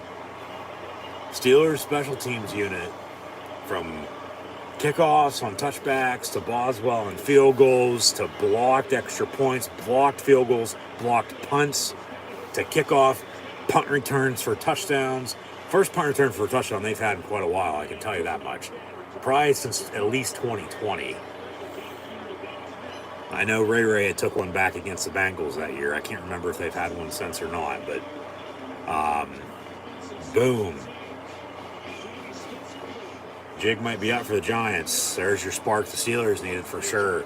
16-9 lead now with 4.5 to play in the third quarter. And the defense going to be right back out there on the field, where they just have sacked now Daniel Jones 3 times in this third quarter. So, and the Giants have punted twice.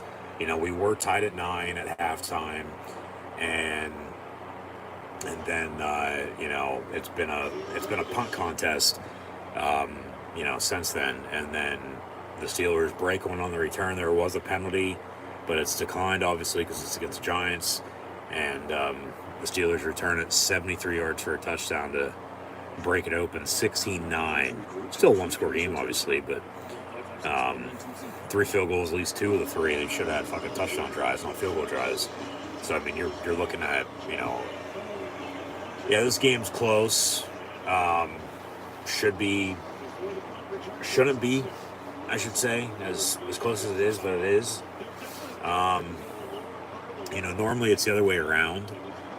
You know, when it's a blowout, it's like, well, this game's a hell of a lot closer than the score shown. No, it's really the other way tonight. It's like, well, you think about it. All right, take off 6 points. Yeah, take off 6 points with two of those 3 field goal drives. Go to 10 with a touchdown, with the 1 field goal. You have 2 touchdown drives. Like, you're up 23-24 to 9. You know. So Danny Smith working out. And then, well, he can't lift his arms anymore because he fucking tore his rotator cuff at the end of the Packer game last year. And, yeah, the William Mary connection with Tomlin and Danny Smith, head coach, the special teams coordinator. And then obviously you have Arthur Smith and Terrell Austin as the OC and DC. But a Yinzer, 4-1-2 through and through in the Berg. 1st and 10 Giants from the 30, but a false start. Back them up. That's a big punt return for a touchdown. I mean, even if they would have brought them down, I mean, you get a spark off of that. You have good field position. You score a touchdown probably on that drive. You got to settle for 3 again. Okay, you're up 12-9, but 16-9 is a one-score game. But you got momentum now. You got to keep it. So on the defense side, you got to get some stops, as you already have been. So keep it up.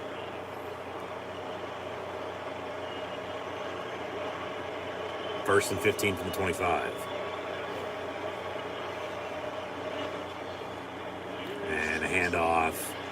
And Queen with Watt on the stop after a 2-yard gain. So here's Steelers special teams, yeah.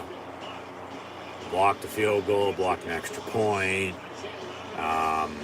blocked a punt, had, like I said, a punt return for a touchdown. Boswell is damn good, you know, at kicking from any distance. So it takes all 3 phases to win. Offense, defense, and everybody forgets about special teams, but those points add up. They do. And it might be the difference on whether you won or lost, folks. That pass complete near side, but Queen once again on the stop. And it'll be 3rd down.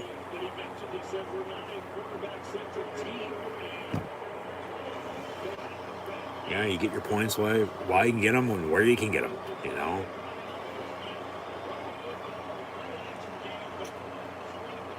Come on, defense, let's go.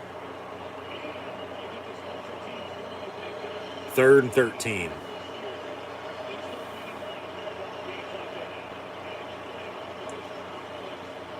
Jones looking to throw, far side complete. Johnson, but Jackson and Queen once again on the stop. And the Giants are going to punt for the third consecutive drive to begin the second half. Let's see if Calvin Austin can take it to the house again.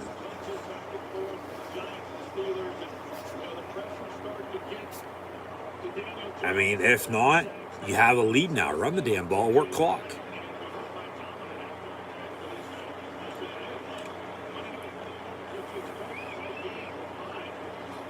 High snap on the punt, no block, maybe a return, we'll see.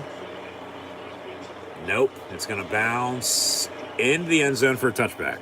So it'll be 1st and 10, Steelers at the 20. 16-9 they lead.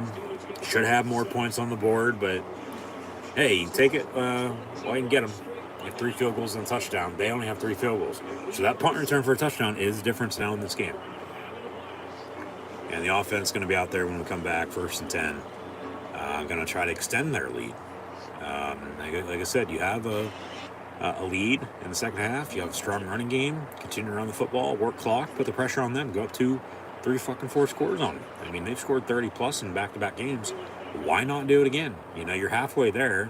I know time, come as late as we are in the third quarter now, and the fourth quarter, probably going to be on your side to do that, but it doesn't matter. Just find a way to win, Put the pressure on them, not yourself. So it'll be 1st and 10, Pittsburgh. Yeah, it's total opposite. You wouldn't think the points down at the bottom would be on that side, but Pittsburgh just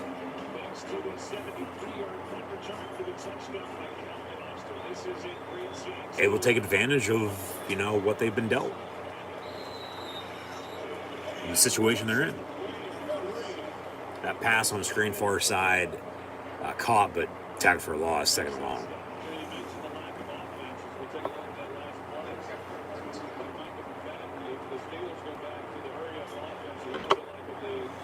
So 2nd and 13, pass complete, Pickens, and he gets 6, so 3 on the loss back, and then 3 to make it 3rd and 7.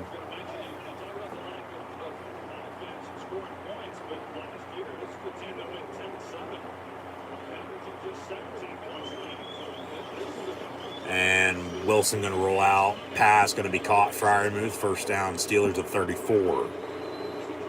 Like I said, he's had a quiet game for sure, to say the least. Just a couple catches. But that's a big catch for a 1st down for sure.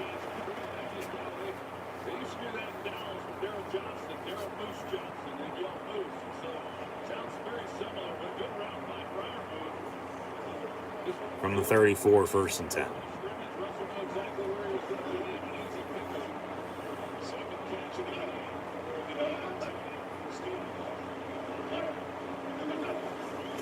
And a toss, Warren, far side. And for about 4, maybe 5 yards. Gives them a manageable situation here. 2nd and about medium, 2nd and 5 coming up. Exactly. Go up 2 scores. Whether that be a 10-point lead at 19-9, you have to settle for another field goal, so be it. 10's a 2-score game. 9's a 2-score game. But kick another field goal if it comes down to it. Go up 10, 19-9. Obviously, would like another touchdown. It would be, 23-9 then at that point. Yeah. Obviously, like I said, from the 3 field goals I had earlier, probably should have had 2 touchdowns on those 3 field goal tries. But, Wilson going to go deep and incomplete, intended for Scotty Miller. All right, 3rd down. Had him 1-on-1 near side on a go route. And good coverage.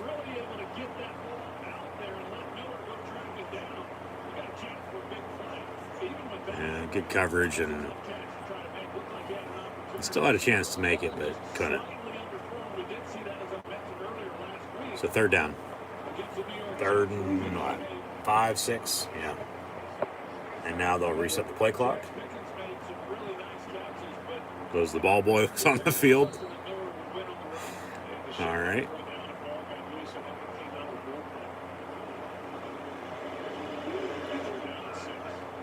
3rd and 6.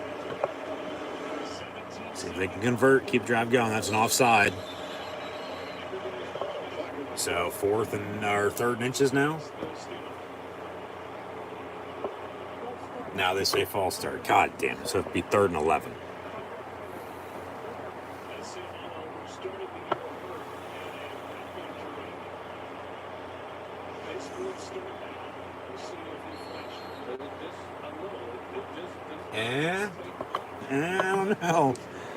I don't know. I think they jumped off sides on that. I do. Empty set, 3rd and 11 from the 33. Wilson going deep again near side. Jefferson makes the catch at the 30. How he caught that, I don't know, but he moves on up, and Steelers have a 1st down.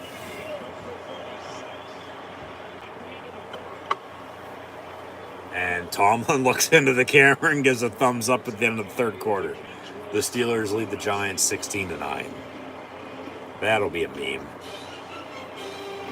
That's a catch. What a snag.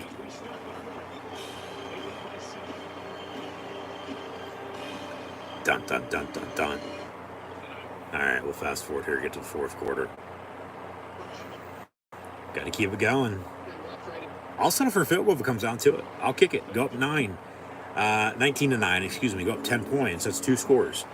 But if you can score a touchdown, you're up 23-9, you're up 14. You know, probably should have a few more points than that, then okay. But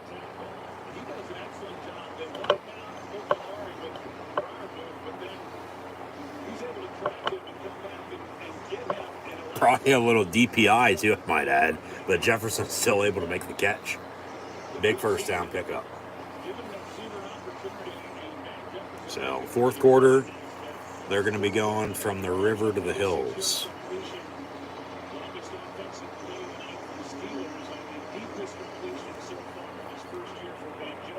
And they'll have 1st and 10 to begin the final 15 at the 31 officially. And Wilson will hand off Najee Harris. Exactly. Run the football. You have a lead in the 4th quarter. Run the goddamn ball and work clock. Of course, got a penalty in the play, though. God damn it. So a hold on the offense. And 10 yards, I'll replay it down. It's on Mace McCormick, the rookie out of South Dakota State. Yeah. He's playing at right guard because of James Daniels, and McCollum starting at center because of Herbig and Frazier. So you have Dan Moore as your left tackle who can swing if Fatanu is healthy. Of course, Broderick Jones at right tackle. Isaac Seumalo is your left guard, and then, yeah, that's about it with everything else I've said already. So 1st and 10 to the 41. And Wilson on a quarterback draw. Going to get 4, maybe 5 yards, so 2nd down.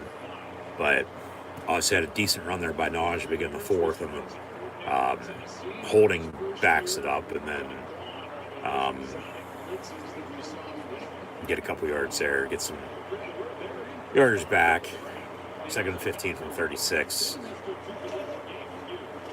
Wilson going to step up, dump it off Najee, and he gets to back right around about a yard or 2 ahead of the original line of scrimmage, the 31-yard line, to begin the 4th quarter here to keep this drive going 1st and 10. But now the 3rd and 8, 3rd and 9, 3rd and 8 officially from the 29. Yeah, like I said, kick a field goal comes down to it, you go up 10. That's a 2-score game. You're up 19-10 or 19-9, up 10 points. Score touchdowns, even better. You're up 2 scores still at 14. Pressure's on them even more. I mean, 2 touchdowns tied, not 1 touchdown. The field goal is high at 10. You know, so 3rd and 8 from the 29. Move in motion again. Play clock winding down. Gotta go. They get it off. Wilson going deep near side, and Austin caught. Touchdown. He had a punt return for a touchdown and has a receiving touchdown. And some finger pointing. There you go. Calvin Austin stepping up as the 3rd receiver. So they might be content with who they have with Pickens, Jefferson, and Calvin Austin the third. Give me a hell yeah.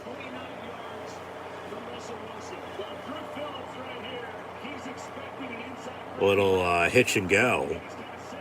And right on the money. And there's that deep ball. And the Steelers now lead the Giants 23-9. As Russell Wilson finds Calvin Austin for about a 30-yard passing touchdown here, early fourth quarter. So Renegade might be next, unless they want to wait. I mean, you have a 2-touchdown lead now, though. The Giants going to be out on offense next, so defense can need to stop. Obviously, you don't want to give up a scoring drive after you do something there, but big back-to-back touchdown drives by the Steelers on a punt return and then that offensive drive for 6. And oh mama, there you go, with those towels. And yeah, news is out, jig's up for the Giants.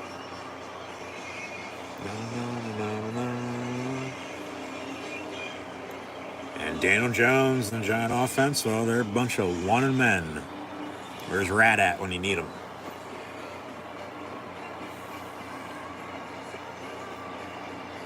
Come on, defense. Let's get a turnover. Haven't had one yet tonight.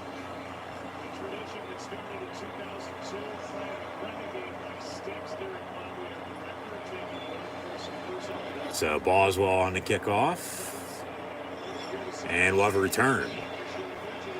10, 15, 20, 25, 30, 35, 40, 45 on. Jesus Christ. Come on. It's just been that night, though. Special teams and the run game and defense and a couple field goals. But then Pittsburgh, hey, third quarter, fourth quarter here, able to get a spark on the punt return for a touchdown. The offense drives and scores and now lead 23-9. So, need another stop. 1st and 10 from the 45. Where's TJ Watt at when we need him? Hayward almost got to Jones on a sack. He rolls out, somehow escaped it. I don't know how the hell he did that, but pass far side, they say incomplete out of bounds, so 2nd and 10.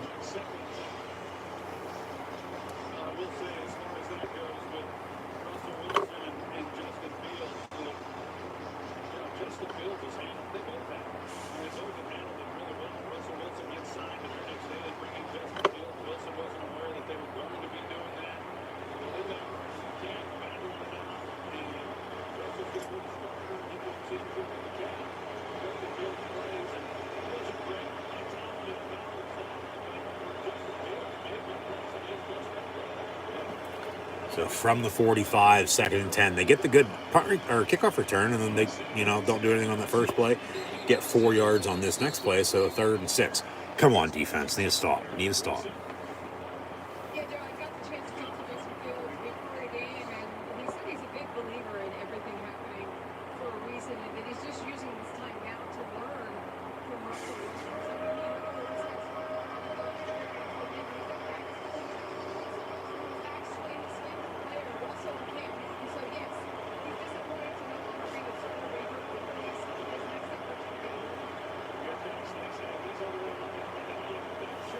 From the 49, 3rd and 6. That's a false start. Watt off the edge, almost picked off, but caught by Neighbors, and he's going to get a first down. First off, should have been a sack, should have been a strip sack, and then it was almost picked off, and then he caught it, and then he got a first down. But there's a holding penalty on the play, so they'll replay it down and be 3rd down again.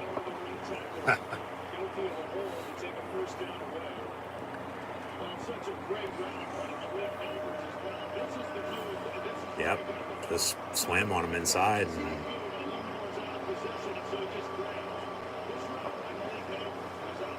should have, could have, should have, but got the penalty, so 3rd and long. Come on, defense, in their stop.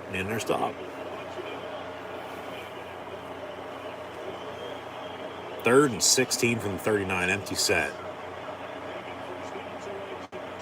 And Jones down the middle. Oh my God, really? Caught it right at the marker. They'll say first down. How the hell on 3rd and 16 do you go up 17 yards? That's a first down. God damn.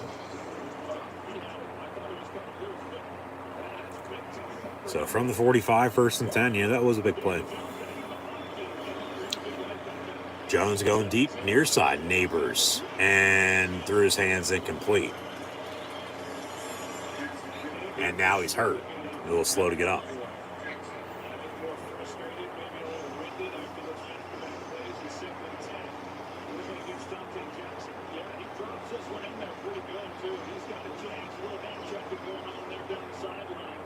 Those are tough plays to make. You got a defender right on top of you, but those are ones that Malik Neighbors we've seen him make throughout this rookie year.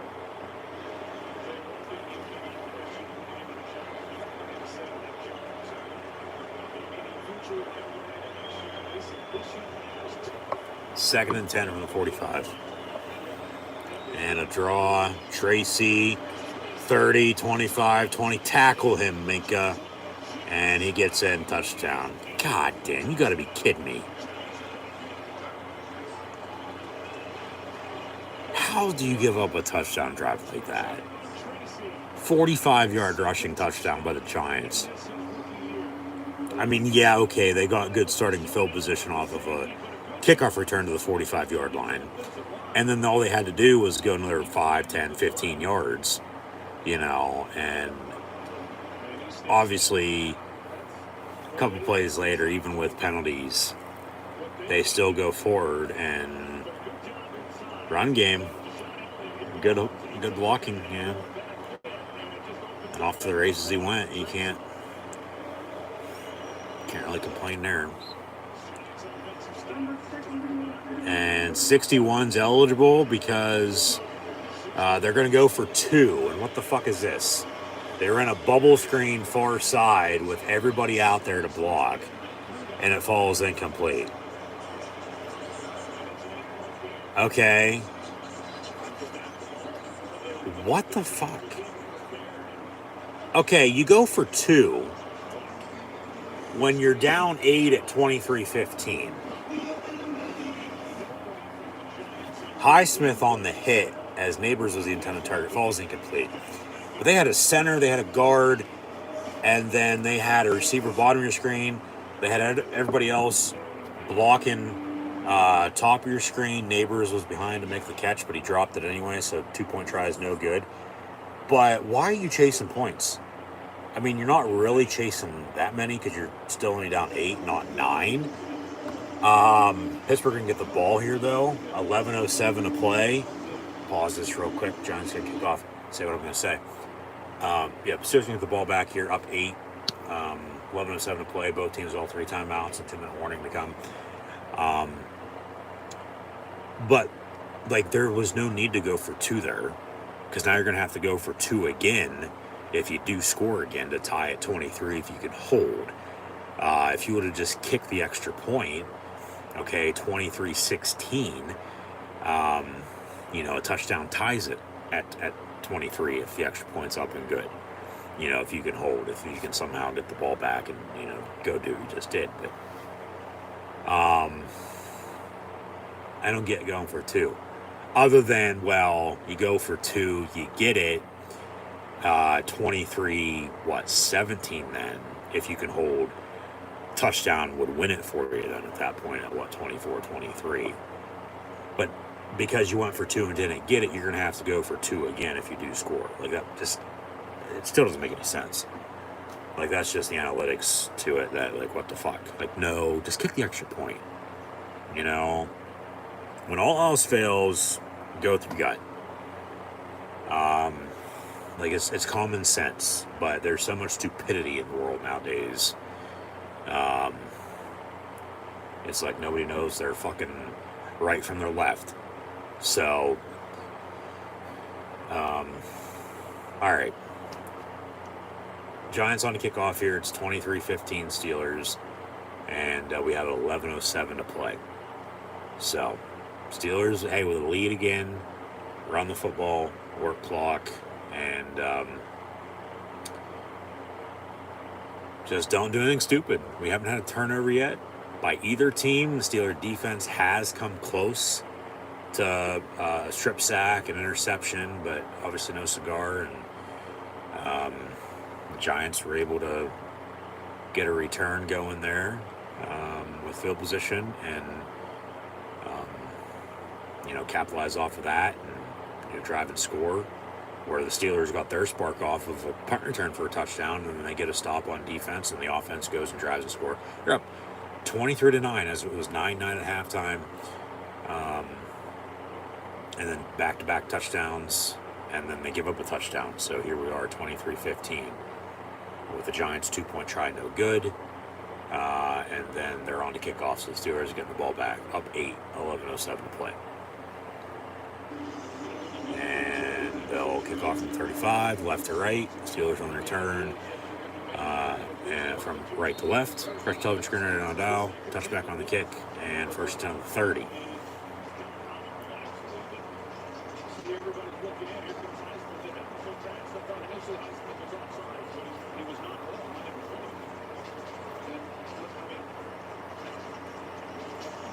Yeah, nobody's fucking blocking.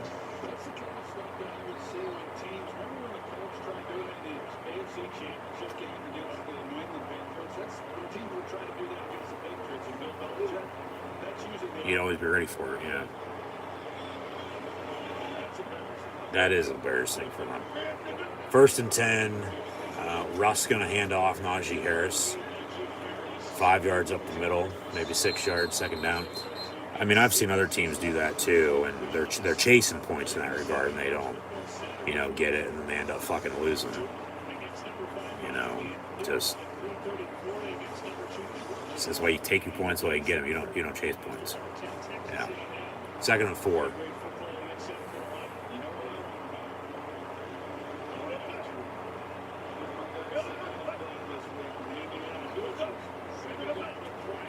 And Russ will fake the give, roll out near side, complete Van Jefferson, and he gets close to midfield, first down, Pittsburgh. Stay in bounds, though, man. Wind the fucking clock.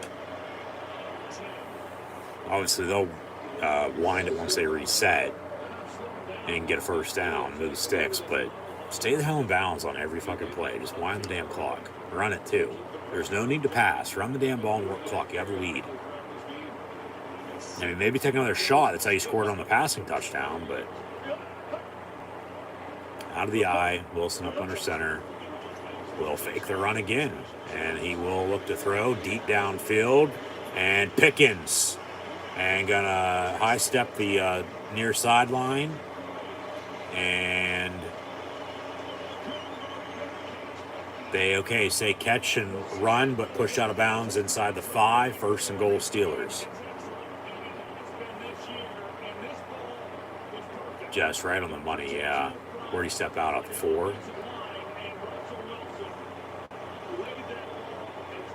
They're going to mark him out at the 10? I don't even think he made the catch at the 10-yard line. He made the catch inside the 10 and then got pushed out. All right, they say 1st and goal Pittsburgh at the 10 now after that. Must be right, believe it, I guess. That's what they say. Handoff on a draw up the middle, Najee Harris to the 5. 2nd and goal.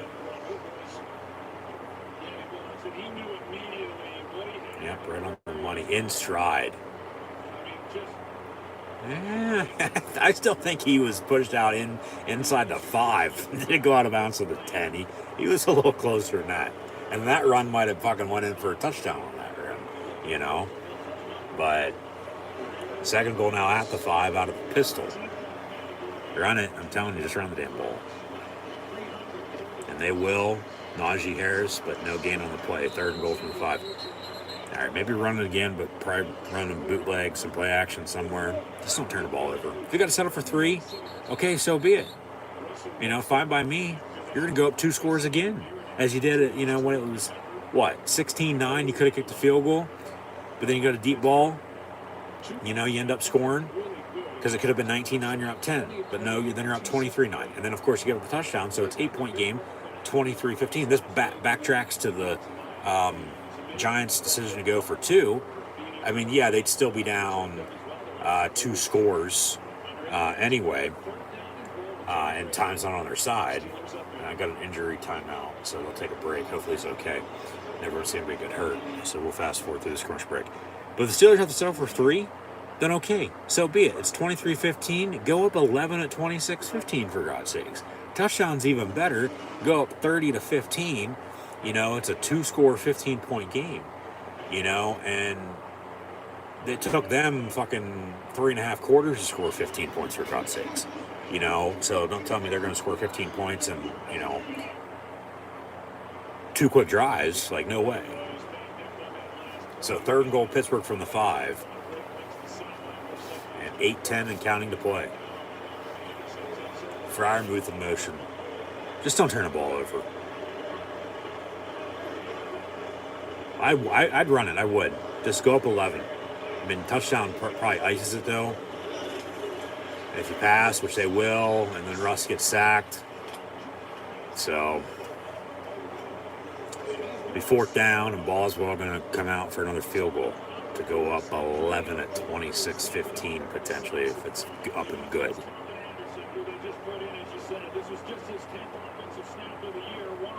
Yeah. Pass, but nobody's open. What's he supposed to do?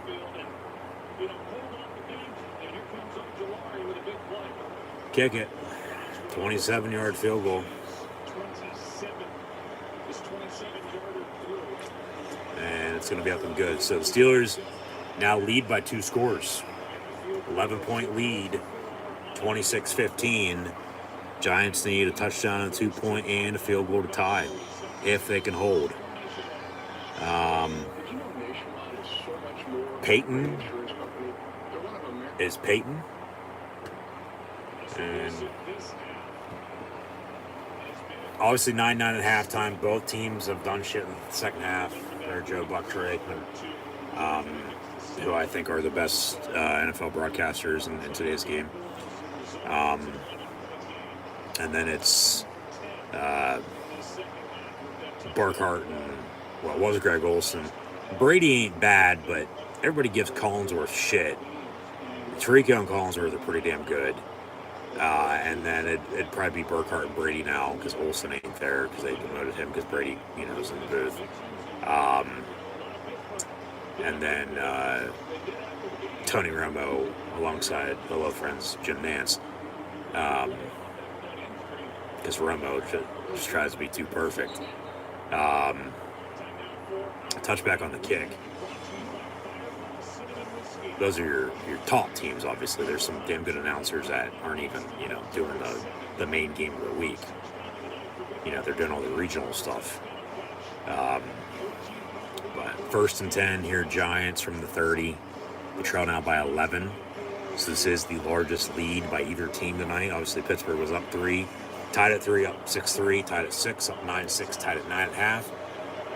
And then had actually, I'll take that back. They were up 14. That's right. They're up 16-9 and then 23-9. But then the Giants scored 23-15, went for 2, didn't get it. Steelers drive, kick a field goal. So now up 11. So it's the 2nd largest lead of the game, I might say. Or should say. So dump off on the screen there. A couple yards, but nothing early. And, yeah, you have Pittsburgh with an 11-point 2-score lead. You know, time really ain't on the Giants' side here. 7-11 to play, even though Sheets is better than both them and Wawa, and Riders for that matter. 2nd and 10 from the 30 for the Giants, but just make some stops. You know, if you get the ball back, run the damn ball, work clock, and get out with a win. Hand off by the Giants for about 2 yards. 3rd down.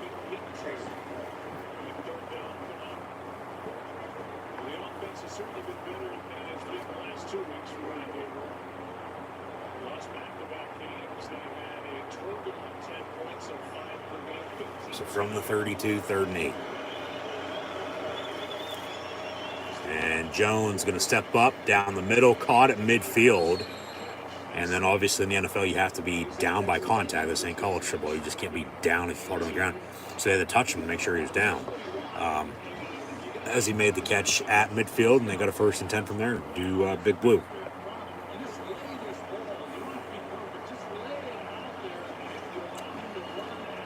And a run up the middle.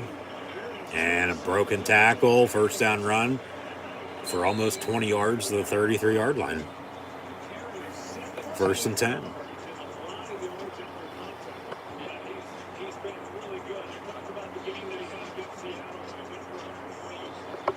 Come on, defense. Let's make a stop. Giants empty set from the 33 on 1st and 10. Pass far side, complete. And then Joey Porter Jr. with Beanie Bishop on the tackle.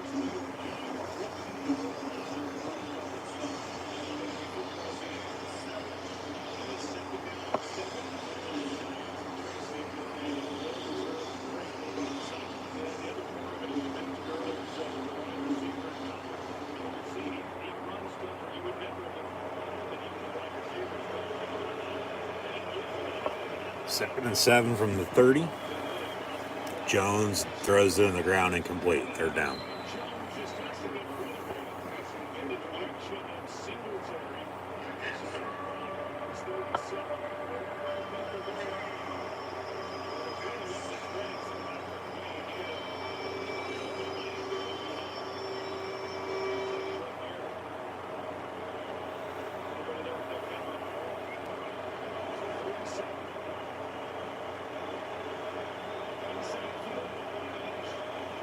Another empty set, 3rd and 7 from the 30.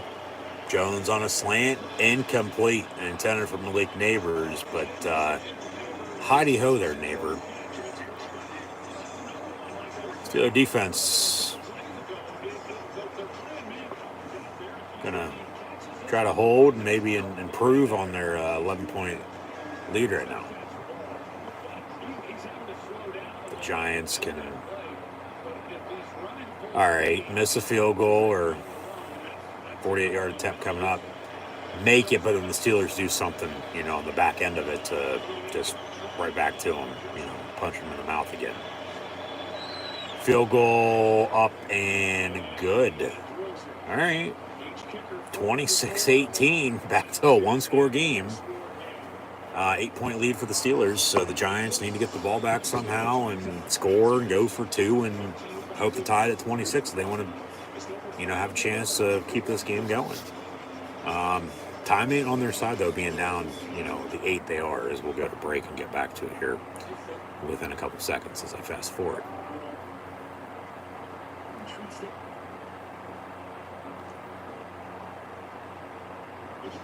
So, Giants on to kickoff. Obviously, you can't, do any surprise onside kicks in the NFL anymore. You got to announce that you're going to kick an onside kick, so they're not kicking an onside kicks. They're lined up to actually kick off. 5:06 to play. Giants on the kickoff, down 8. So Steelers are getting the ball back with an 8-point 1-score lead. And with that lead, I'd hope they're running the football and working clock. Touchback on the kickoff return. So 1st and 10 Steelers at 30. Yeah, run the damn ball. Seriously. Run the damn ball, work clock, just get out of the win. You might need to get a couple 1st downs. They obviously call their timeouts, get under 2 minutes, and, take a knee, and then that'll be all she wrote. But go on a fucking 5-minute drive. Why not? You did earlier and scored, so why not do it again?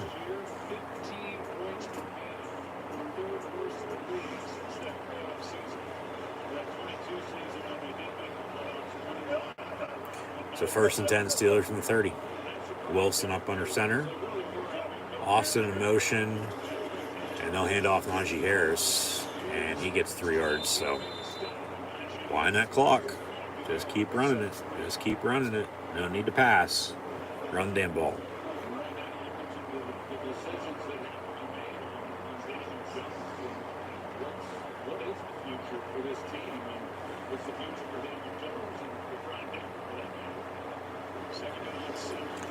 Wilson gonna throw, step up and run, and he fumbled it. Jesus Christ. And the Giants recover. They got a couple yard return before, who was that tackled him?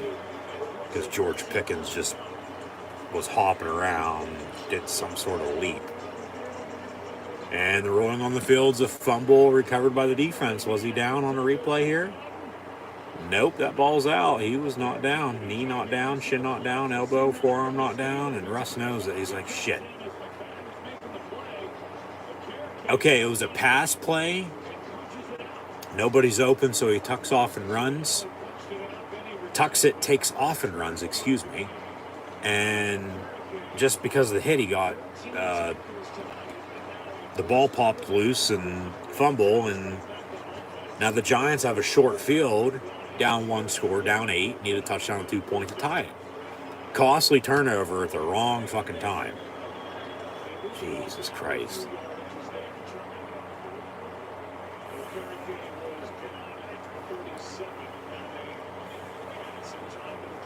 I mean, at least Russ was smart enough to not throw an incomplete pass, but then that turnover's costly. Just because of the hit on the run, he's a live, player,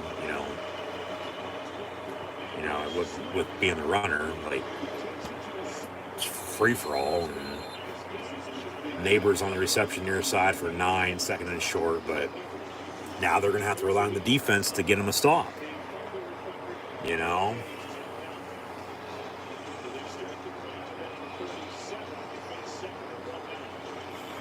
Just frustrating, you can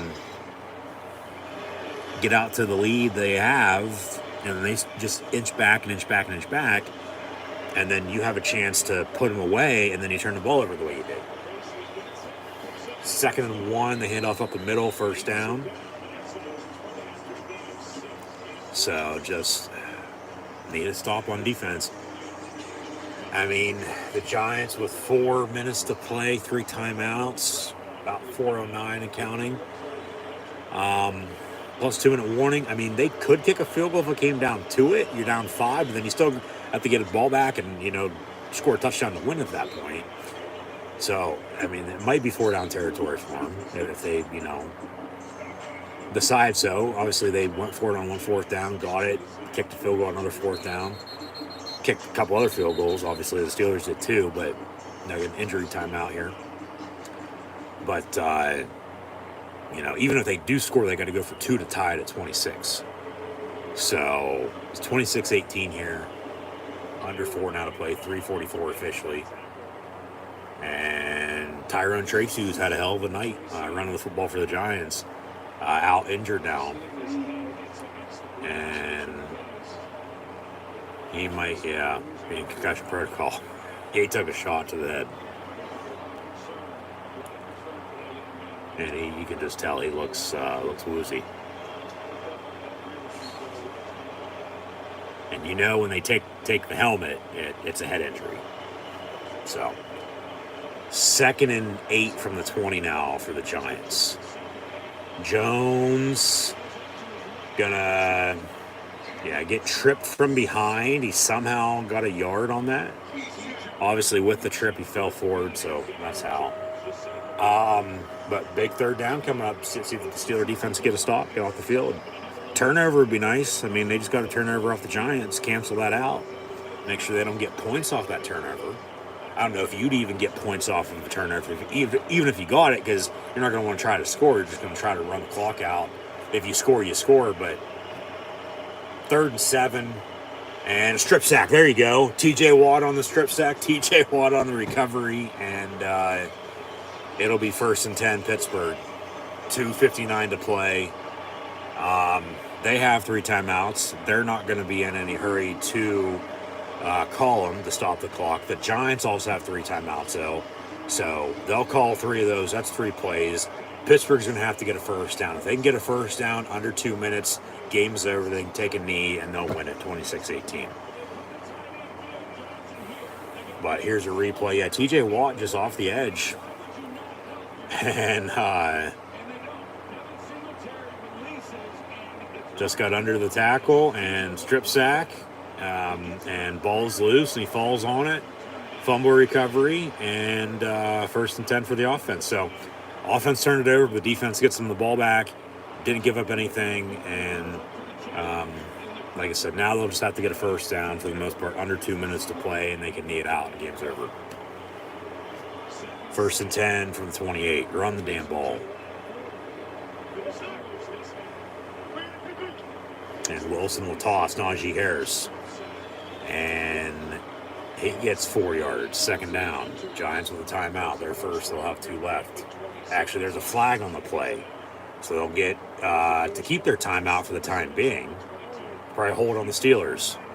Actually, they call a hold on the defense. All right, automatic 1st down. So the Giants should, the clock's going to stop with a penalty anyway. So the Giants should probably still call timeout, but no, another first set of downs. Set of downs, 1st and 10 coming up. They'll want to, keep those 3 timeouts for a 2nd, 3rd down call. Like I said, the Steelers can get a first down in under 2 minutes. Game is over.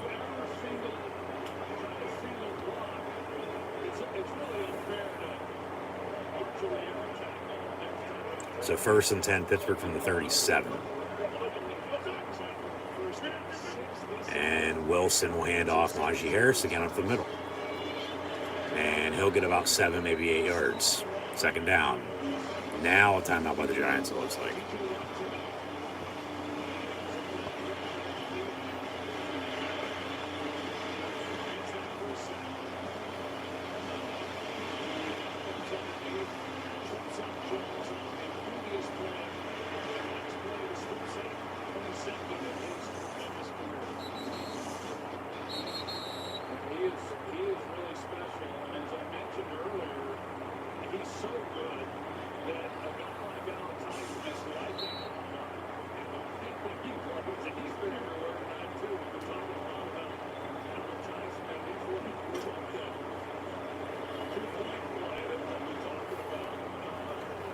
Second and 3 out of the eye. Pruitt in motion. And a whistle. And a 5-yard penalty on the Giant defense for 12 and on defense on the field. Automatic 1st down. So now the Giants are shooting themselves in the foot with more penalties. So automatic 1st down. So now they have 2 timeouts plus a 2-minute warning as their 3rd timeout. Pittsburgh still has to get a first down here under 2 minutes to kneel it out to win it.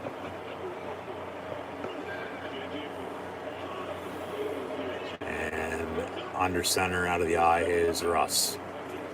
And handoff again, Najee Harris for 3 yards.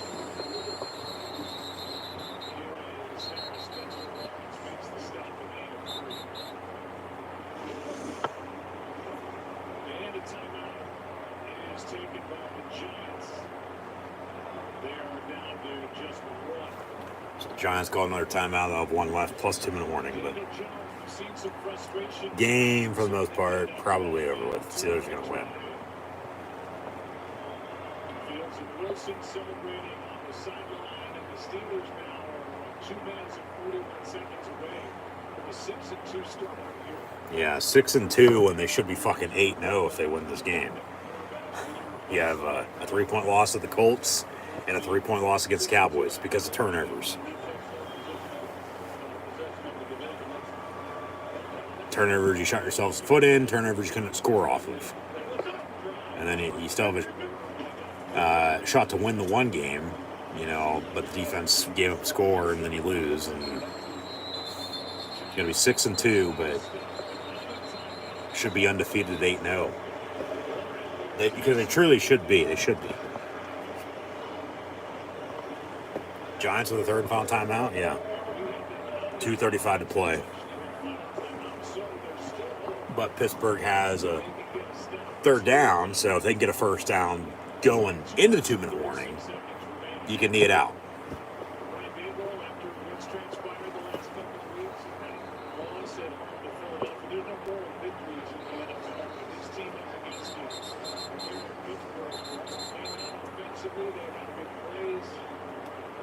Protection moved down at times. Jones reminded us all of his toughness, but we're on the short end of the 8-minute game. Here's our upcoming schedule with Denver, the Giants were facing, especially offensively, and how that would play the game, and what Brian David had to do as the play caller. 3rd and 5. Run it. They'll fake it. Wilson going to roll out. Don't turn it over. But he's going to tuck it and run. And he's going to be short. All right, so it'll be 4th and 2 at the 43. Giants don't have any timeout, so they can't stop the clock. So this will wind to 2 minutes with a 2-minute warning. 2 minutes to play. Steelers going to be up 26-18, 8-point score game. 4th and 2. Do they go for it? Ice it? Get a first down? Game's for sure over. Do you punt? Pin them deep, make them drive? Obviously, we already had a punt return for a touchdown the other night, so maybe you don't want that. But if you pin them deep, make them drive on you. If they do, then okay, but they'd have to go the length of the field and have no timeouts, so that'd be tough. Obviously, you have to get out of bounds. But then, obviously, you're also not going to be kicking a long fucking field goal here from, 59, 60 yards. So, because you don't want it to be blocked, or if you miss it, you give them a short field. So, it's probably probably be best to go for it. Talked about the line of scrimmage earlier. Teams were able to run it and get downfield and kick as many field goals as they did. They couldn't score touchdowns, but they're actually going to punt. Pin them deep, make them drive. All right, why not? Waitman will kick it to the 6. And a fair catch signal for there. So the Giants have no timeouts. 1:53 to go in this game, down 8. Just a one-score game. They need to drive and score, get a touchdown, and go for 2 just to tie. So the Steeler defense needs a stop. Who's it going to be? Going to get a sack, a strip sack, a safety maybe. Going to get pressure and an interception. They're just going to turn over on downs on them. Clock going to run out. 1st and 10, Giants. From the 7. And pass far side, complete. Patrick Queen on the tackle on Malik Neighbors. 2nd and short.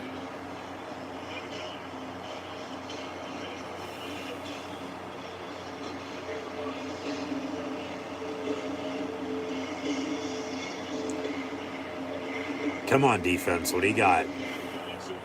Watt got a strip sack from one last drive. Offense, they work time off the clock. Steelers going to call their first time out. Make sure they're set here on 2nd and 1. What? Oh, actually, they're going to look at the previous play. Previous plays in further review. All right. Make sure he caught it. Make sure he short or got the first down. Here's probably the best look you're going to see. Yeah, that's a catch, and he's short. It's not 2nd and 1, it's 2nd and 2. But yeah, he's inbounds, not out of bounds, so the clock's going to run rather than be stopped. So then what? Okay, they're saying there's going to be a 10-second runoff.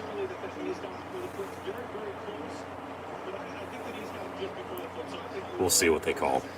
That's just one of those. We'll see what happens.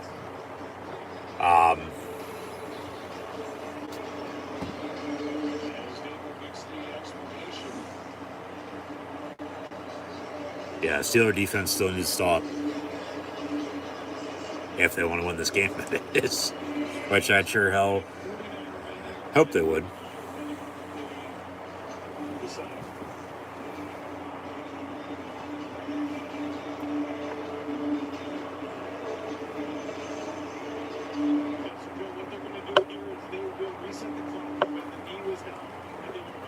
So they're going to reset the clock, they say, to, here's the announcement, but to where his knee was down, and then they're going to wind the clock 10 seconds because we're under 2 minutes, so it's a 10-second runoff. Catch, inbounds. So wind the clock rather than stop it. So buy roll under 2 minutes, 10-second runoff, and 150 to 140 then. Yeah, that's a good call. That's a fucking cleat difference. That's like a 2-inch difference for your cleats hitting the grass. And 10 seconds off the clock. That's what that boils down to. Second and a long one. But wind that clock. And then the pass over the middle caught. First down. And DeMonte KZ on the tackle.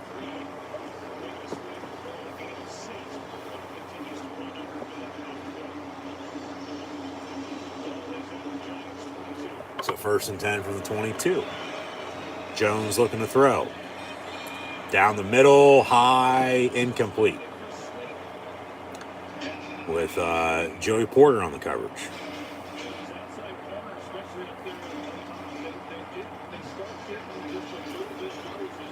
Be 3rd down.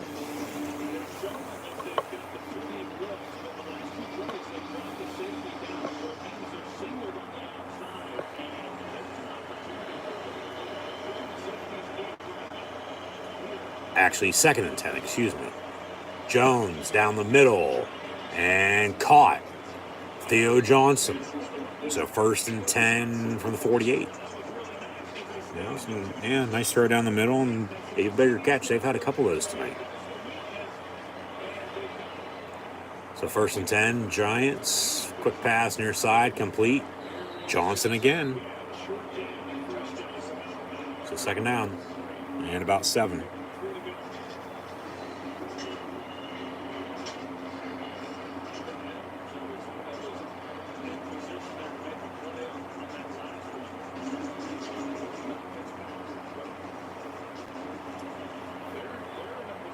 Yeah, the Giants are knocking on the door here, maybe. If they can get another big play.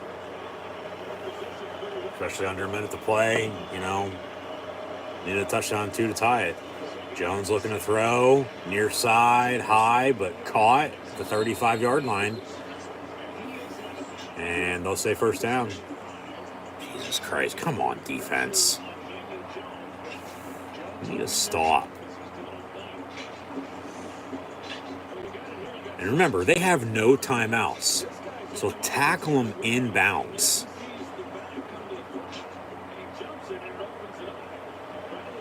Clock's going to run. 1st and 10 from 35. But because he just got out of bounds there, clock stops. Jones looking to throw again. Gets hit as he throws. And it's out of bounds and complete. 2nd and 10. 42 seconds to go. 26-18 lead for the Pittsburgh Steelers over the New York Football Giants. Come on, defense.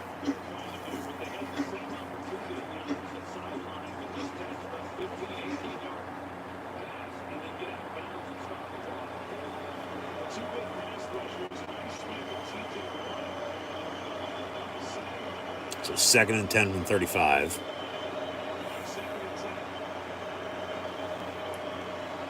And Jones gonna avoid a sack. High, and it's picked off. Beanie Bishop.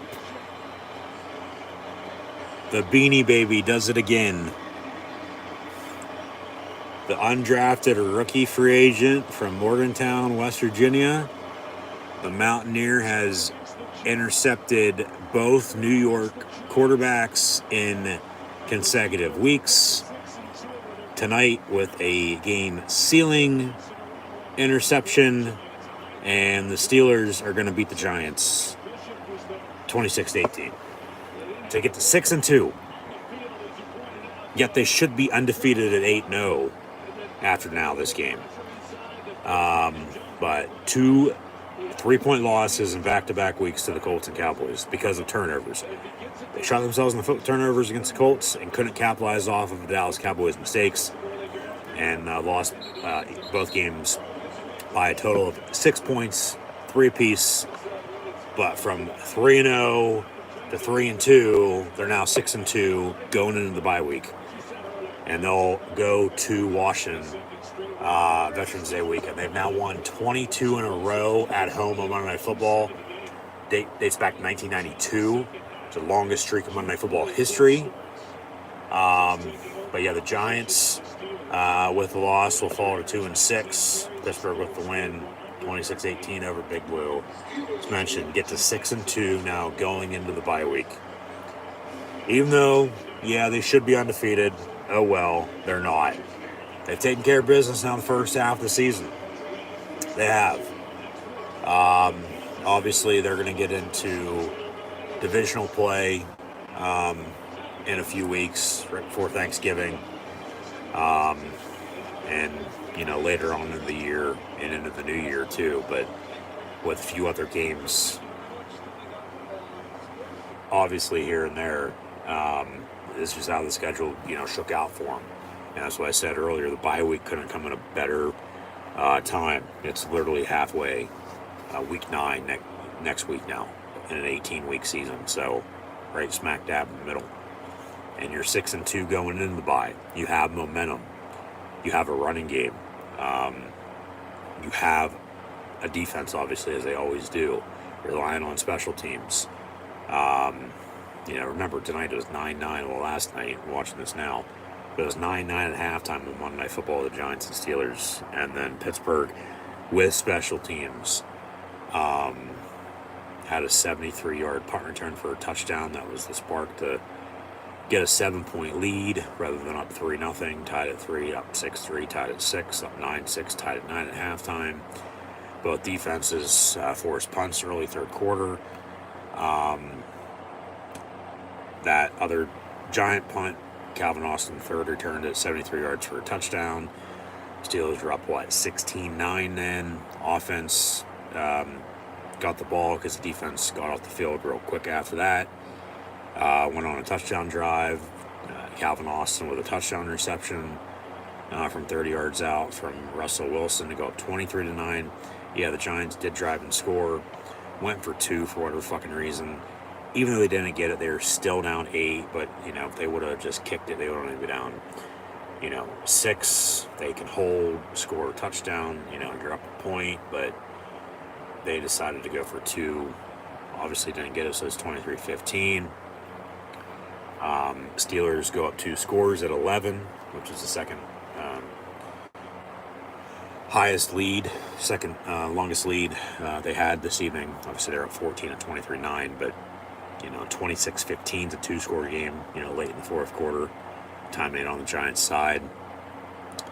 But then they gave up a field goal. In the meantime, Steelers, with that 26-18 lead, decided to turn it over. Even though they're running the ball, Russell Wilson with the hit, ball came loose. So the defense needed to stop. Insert TJ Watt, strip sack fumble, and they hold the lead at 26-18 at that point. Offense does drive and get some yards, work some clock. But 4th and 2 from the 43, I think it was. Like I said, it was going to be about a 60-yard field goal if they weren't going to go for it on 4th and short, which they didn't go for it. I mean, because you can draw them off sides to get a first down, game's over. Because the Giants at that point didn't have any timeouts. It's 2 minutes to play. Like I said, at that point in time, too, all Pittsburgh needs is a first down, and then the game's over. They can knee it out from there. But then, obviously, it still came down to the defense needed to stop. Beanie Bishop gets an interception. We'll get to that in a minute. But 4th and 2 from the 43. Go for it, get a first down. Go for it, try to drive them off sides. Kick a 60-yard field goal. It might be blocked. You miss it. They got a short field to work with. You punt, you pin them deep, though, as they did. They got a drive, which they did get a decent drive going. Even with no timeouts, and they lost 10 seconds on a 10-second runoff.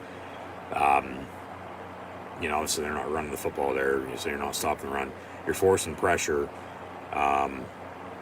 which they did, and then as he got hit, ball sailed a little bit, and it was tipped and then picked off by the Steelers. Beanie Bishop seals it for the Steelers on Monday Night Football, and the black and gold beat Big Blue, the New York Football Giants, 26-18, your final score. Giants fall to 2-6. Steelers now 6-2. Once again, even though they should be undefeated 8-0, but because of turnovers, they're not. Lost by 3 at the Colts because they had 2 offensive turnovers, and then lost by 3 a week later to the Dallas Cowboys because they couldn't capitalize off of the Dallas Cowboys' mistakes with their own turnovers. And you lose by 3 then as well. So, meantime, from 3-0 to 3-2, they've won 3 in a row again. And they're 6-2 going into a bye. So, yeah, up and down with that regard. Hopefully they don't go on another 2-game losing streak by any means.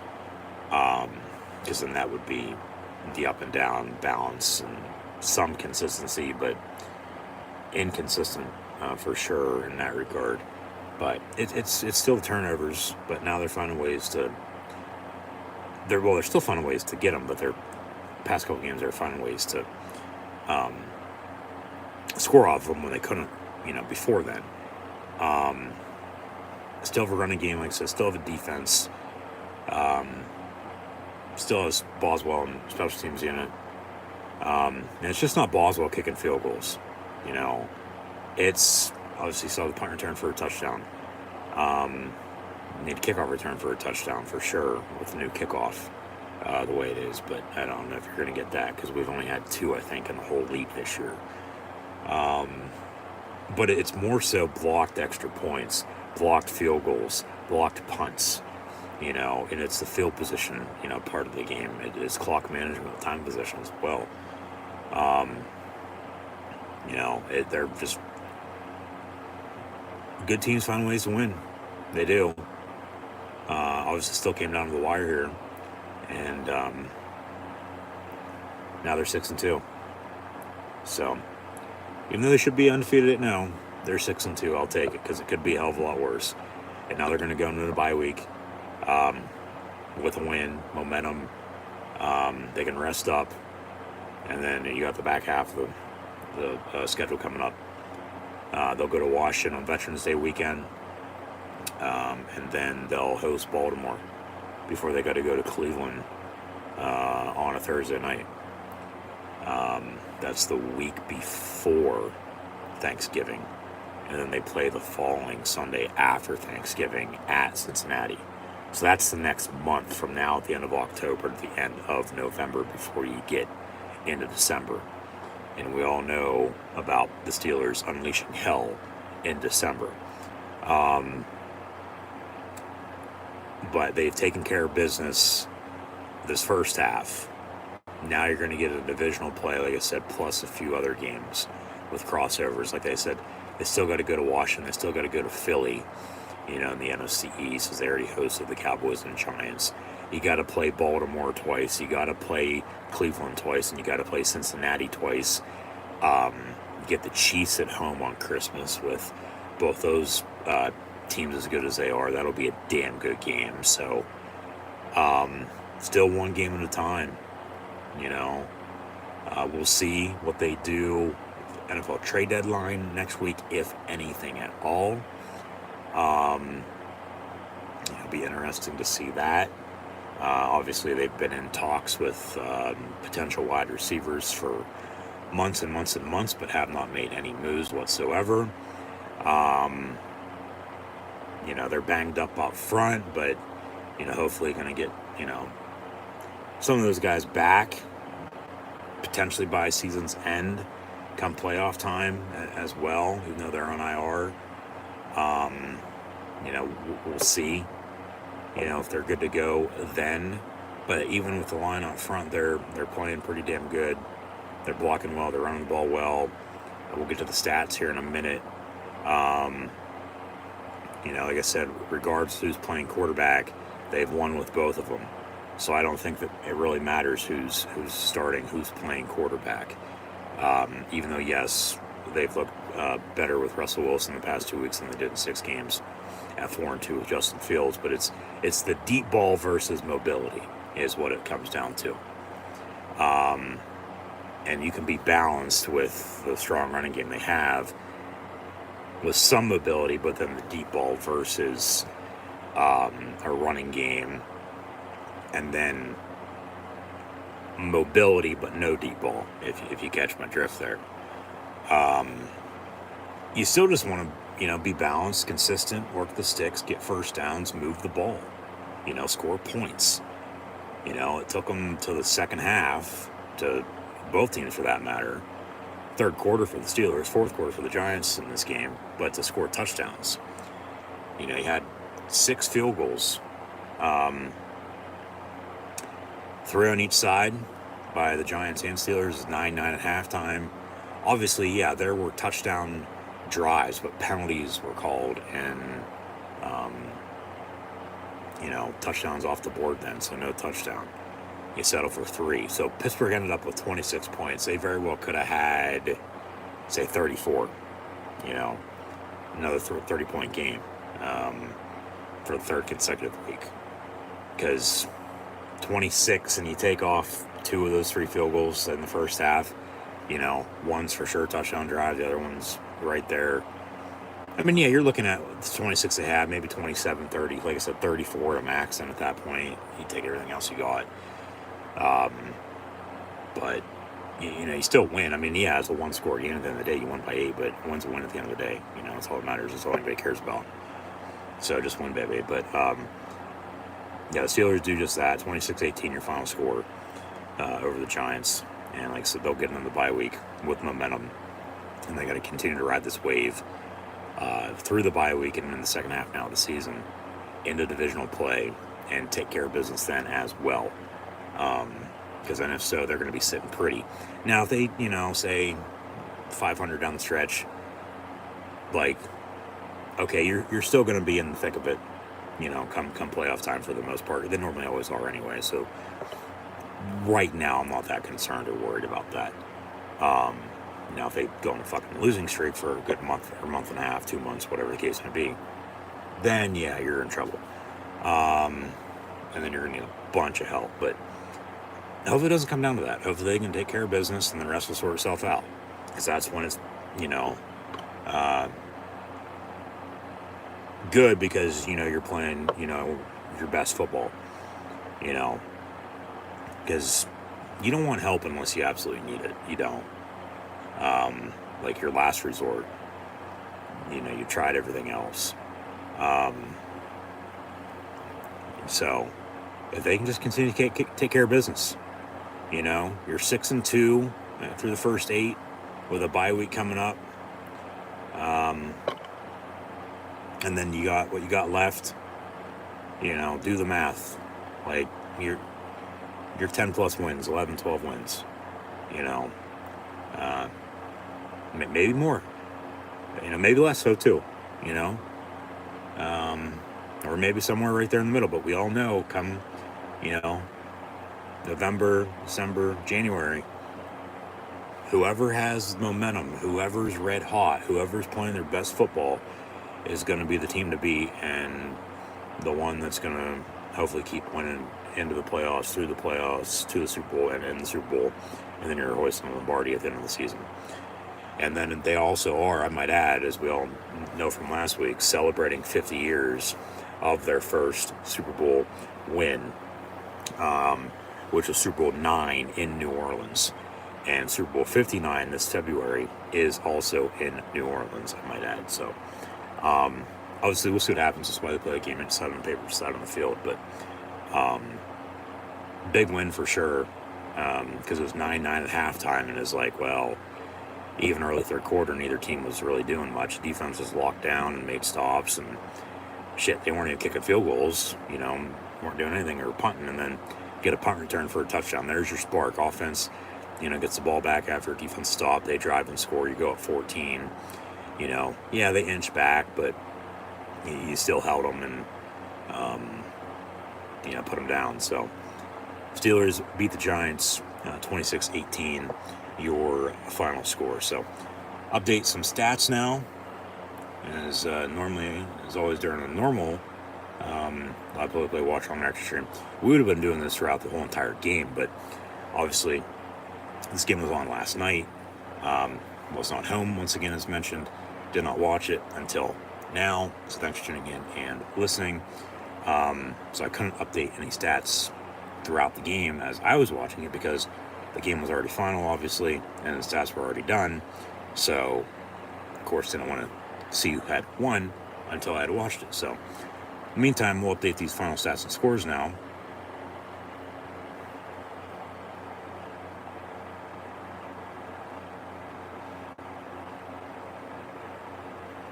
As Daniel Jones in the loss was 24 of 38 for 264 yards. The interception of Beanie Bishop at the end of the game, was sacked 4 times. Tyrone Tracy, before he got hurt at the end of the game, had 20 carries, 145 yards rushing, and a 45-yard rushing touchdown. Darius Slayton had 4 catches, 108 yards receiving. Malik Neighbors, 7 of 71. Theo Johnson, 3 catches, 35 yards. Wandale Robinson, 5 of 30. Devin Singletary, 2 of 12 out of the backfield. Pittsburgh on the flip side.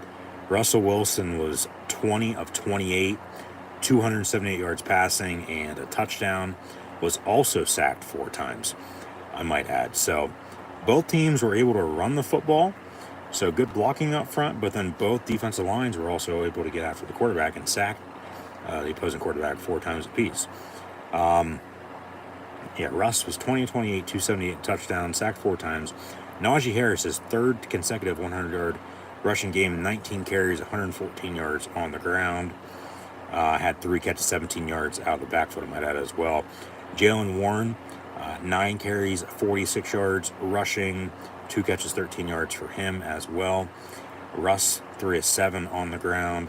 Obviously had the fumble, but then the defense got him the ball back.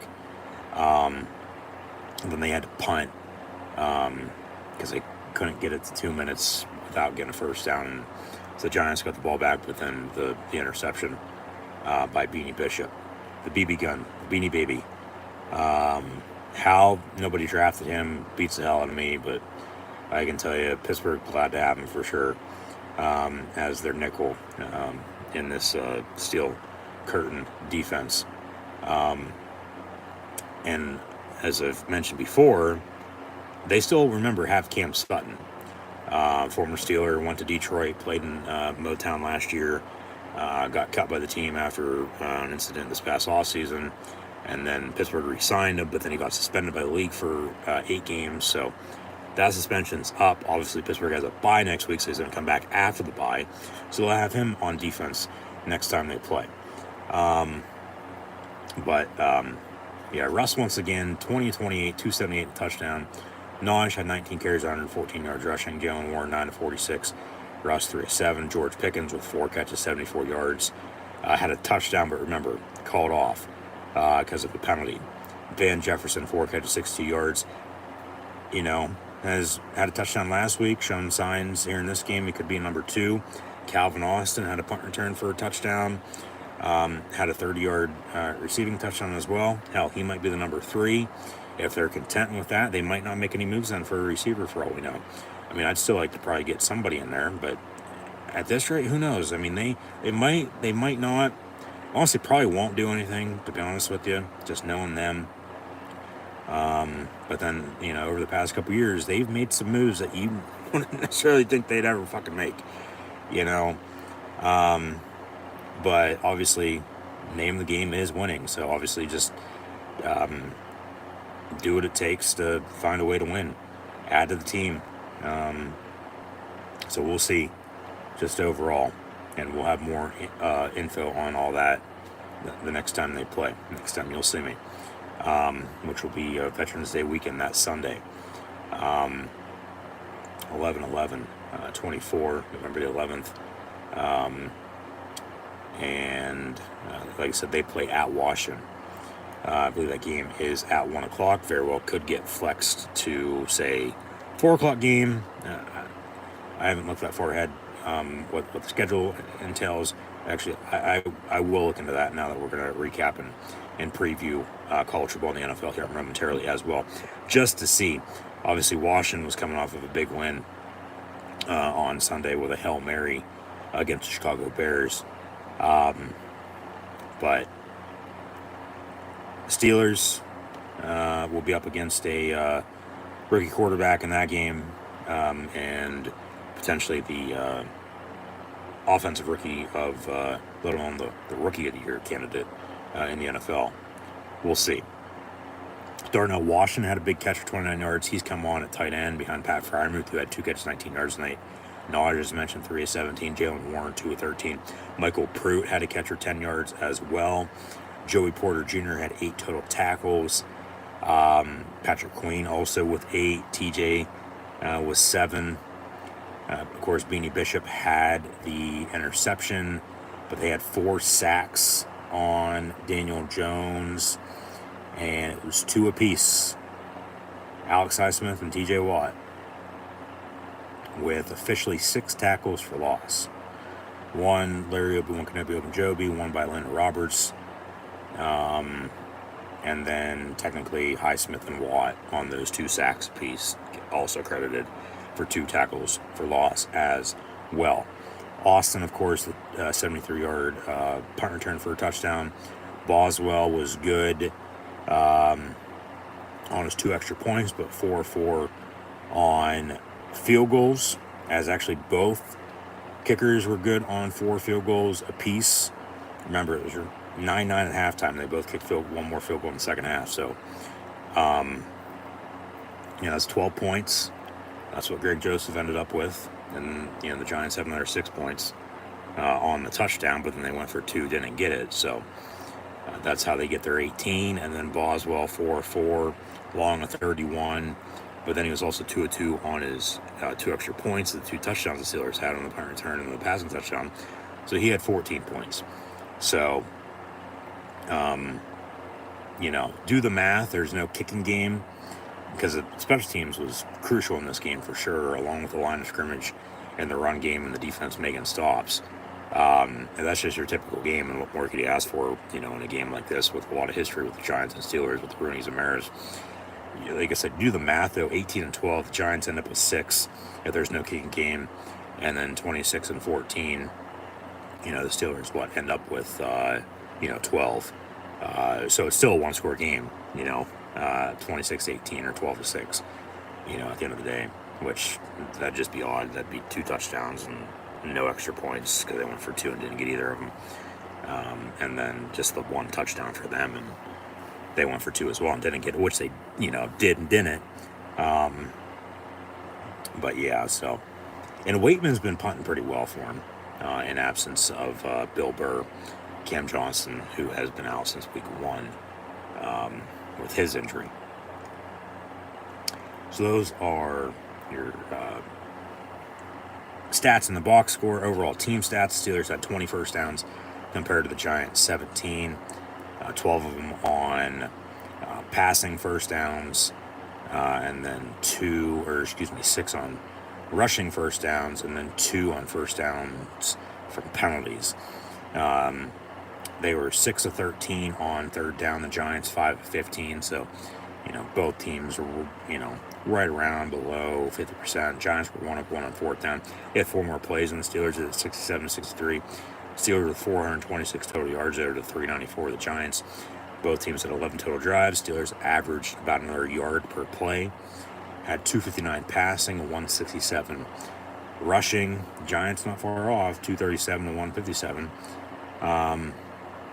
But they had 11 penalties for 65 yards. Steelers only 5 for 50.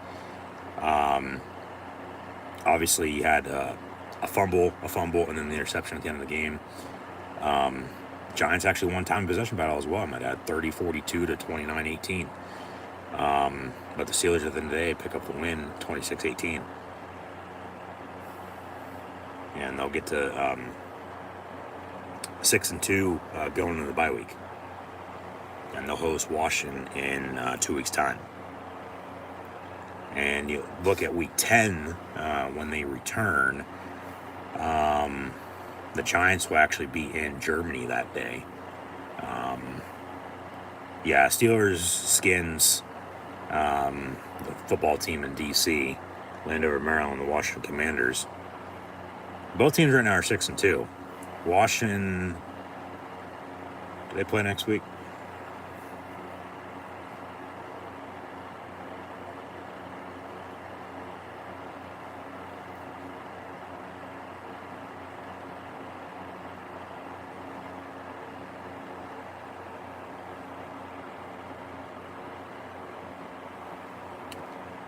Yes, they do. They play at the Giants. Okay, in division. So obviously they're coming off that Hail Mary, but then they got to go on the road before they host Pittsburgh. And Pittsburgh, last time they played them, was on Pearl Harbor back in 2020.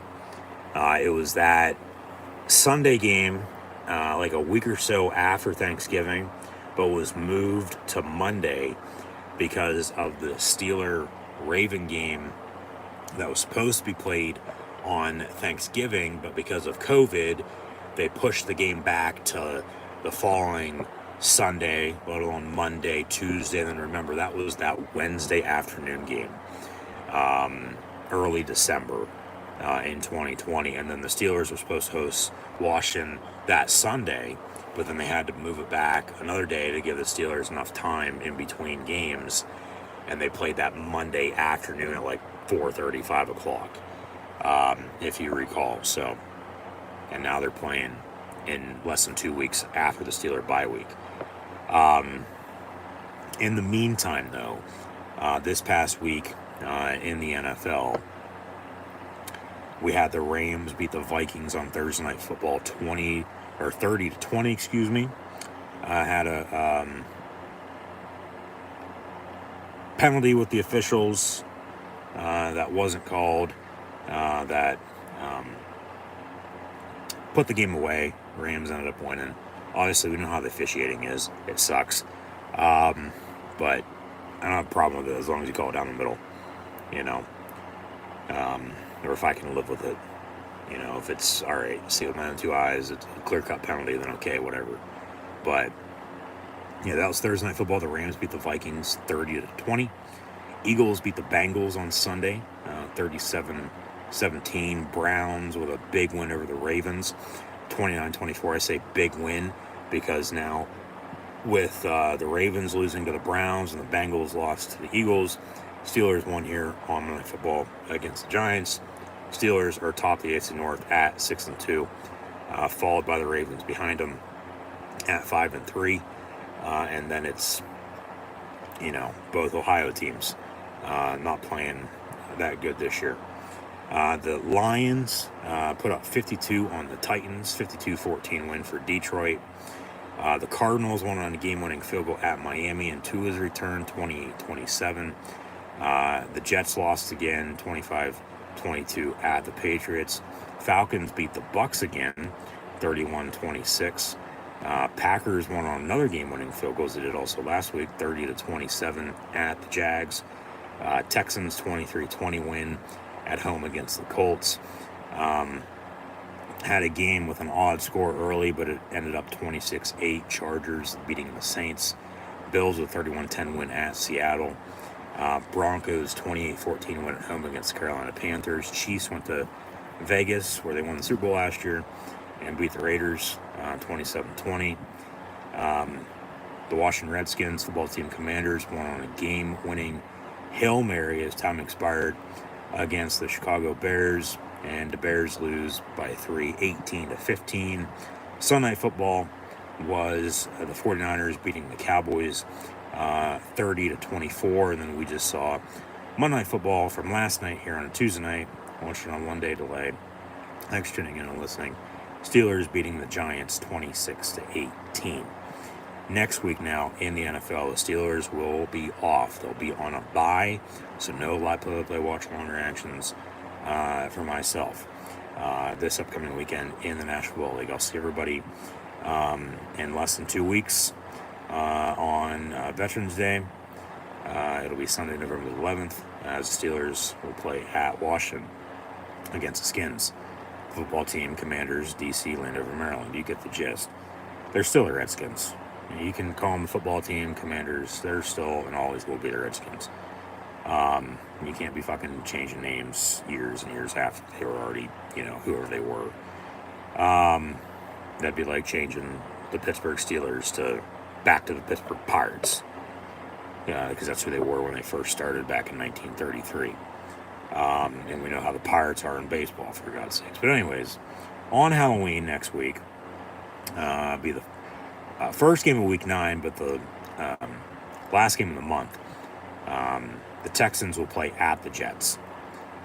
On Sunday, Cowboys, Falcons, Dolphins, Bills, Raiders, Bengals, Chargers, Browns. Woof. That's a 4-game stretch for you. 5-game stretch for you, for that matter. Jesus Christ. See if the Jets can bounce back. They might. Probably won't. Probably be blaming somebody else. Cowboys are the Cowboys. Dolphins, well, even with Tua back, they still can't win. And they don't have luck in Buffalo, whether it's warm or cold. And the Raiders go to the Bengals. That was a good playoff game with those two a couple years ago, but Raiders are out without a quarterback. Bengals just got blown out, so they'll probably try to bounce back there. And then the Chargers and the Browns, Harbaugh coming back to the Midwest with LA taking on Jameis and the Cleveland Browns, because Watson is hurt and hell, who knows, might never play for him again.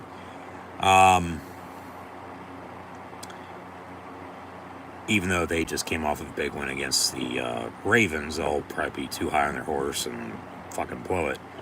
And rightfully so. I mean, that's a loss for them.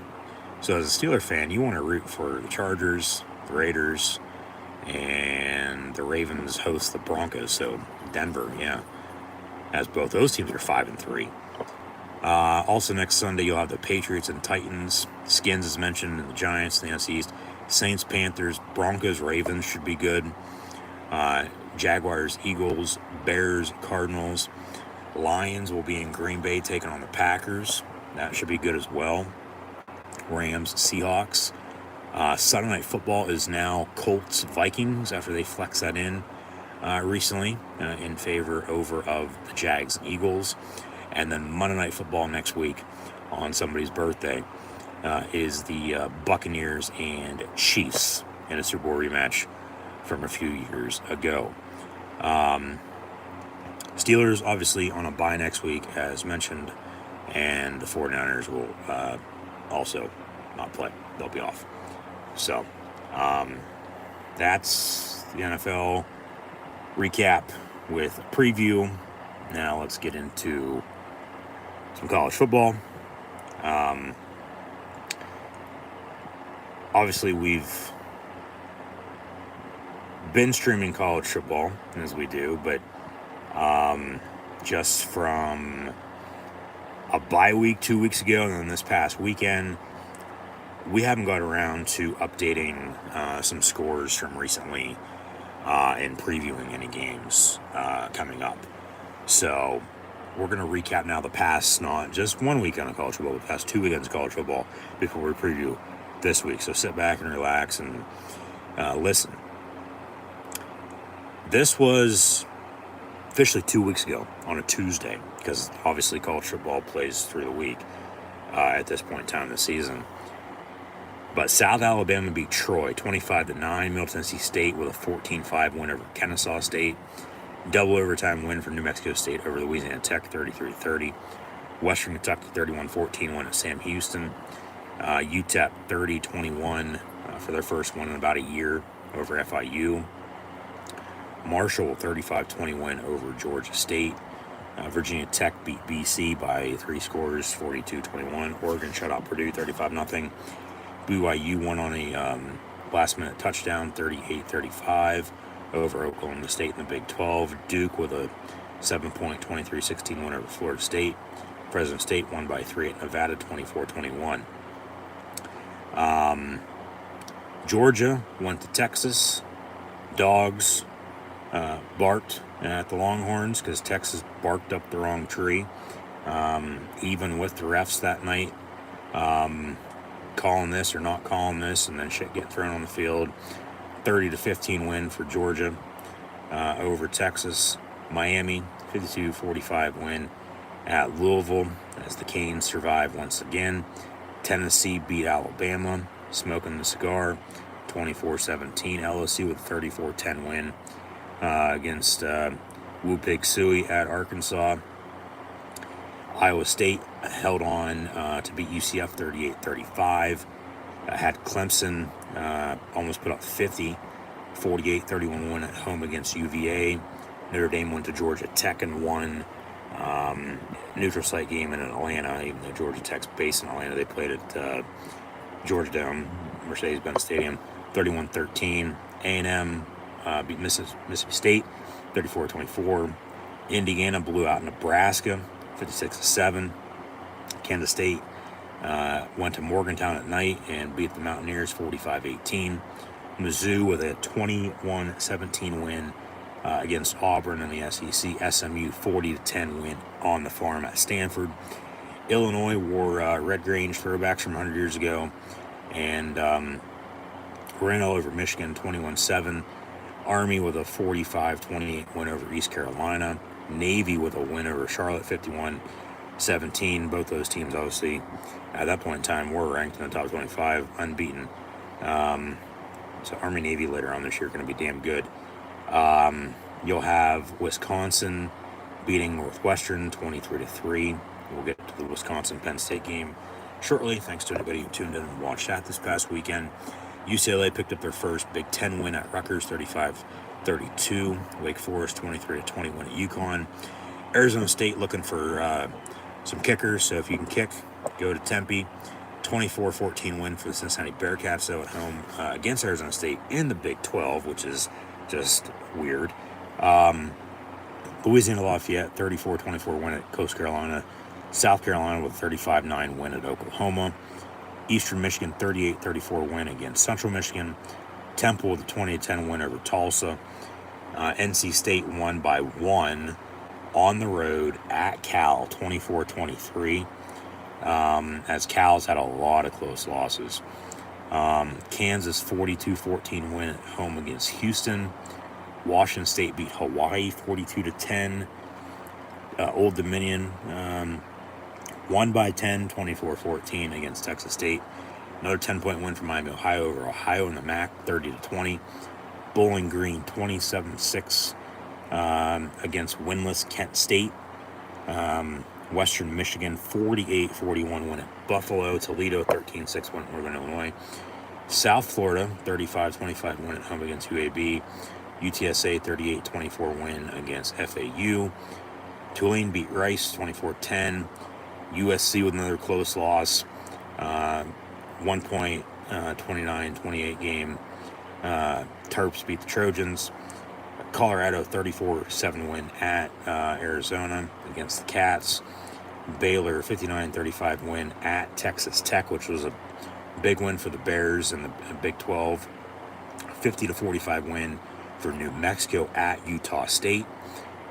Plus the 16 with that. 24-14, San Jose State beat Wyoming. Georgia Southern 28-14 win against James Madison. Vandy got ranked because they beat Ball State 24-14. Obviously, they already upset Alabama, but they got ranked in the top 25 after this week, into the Texas game this past weekend. Before they lost, even though they have Longhorns or they won the map, now they're unranked.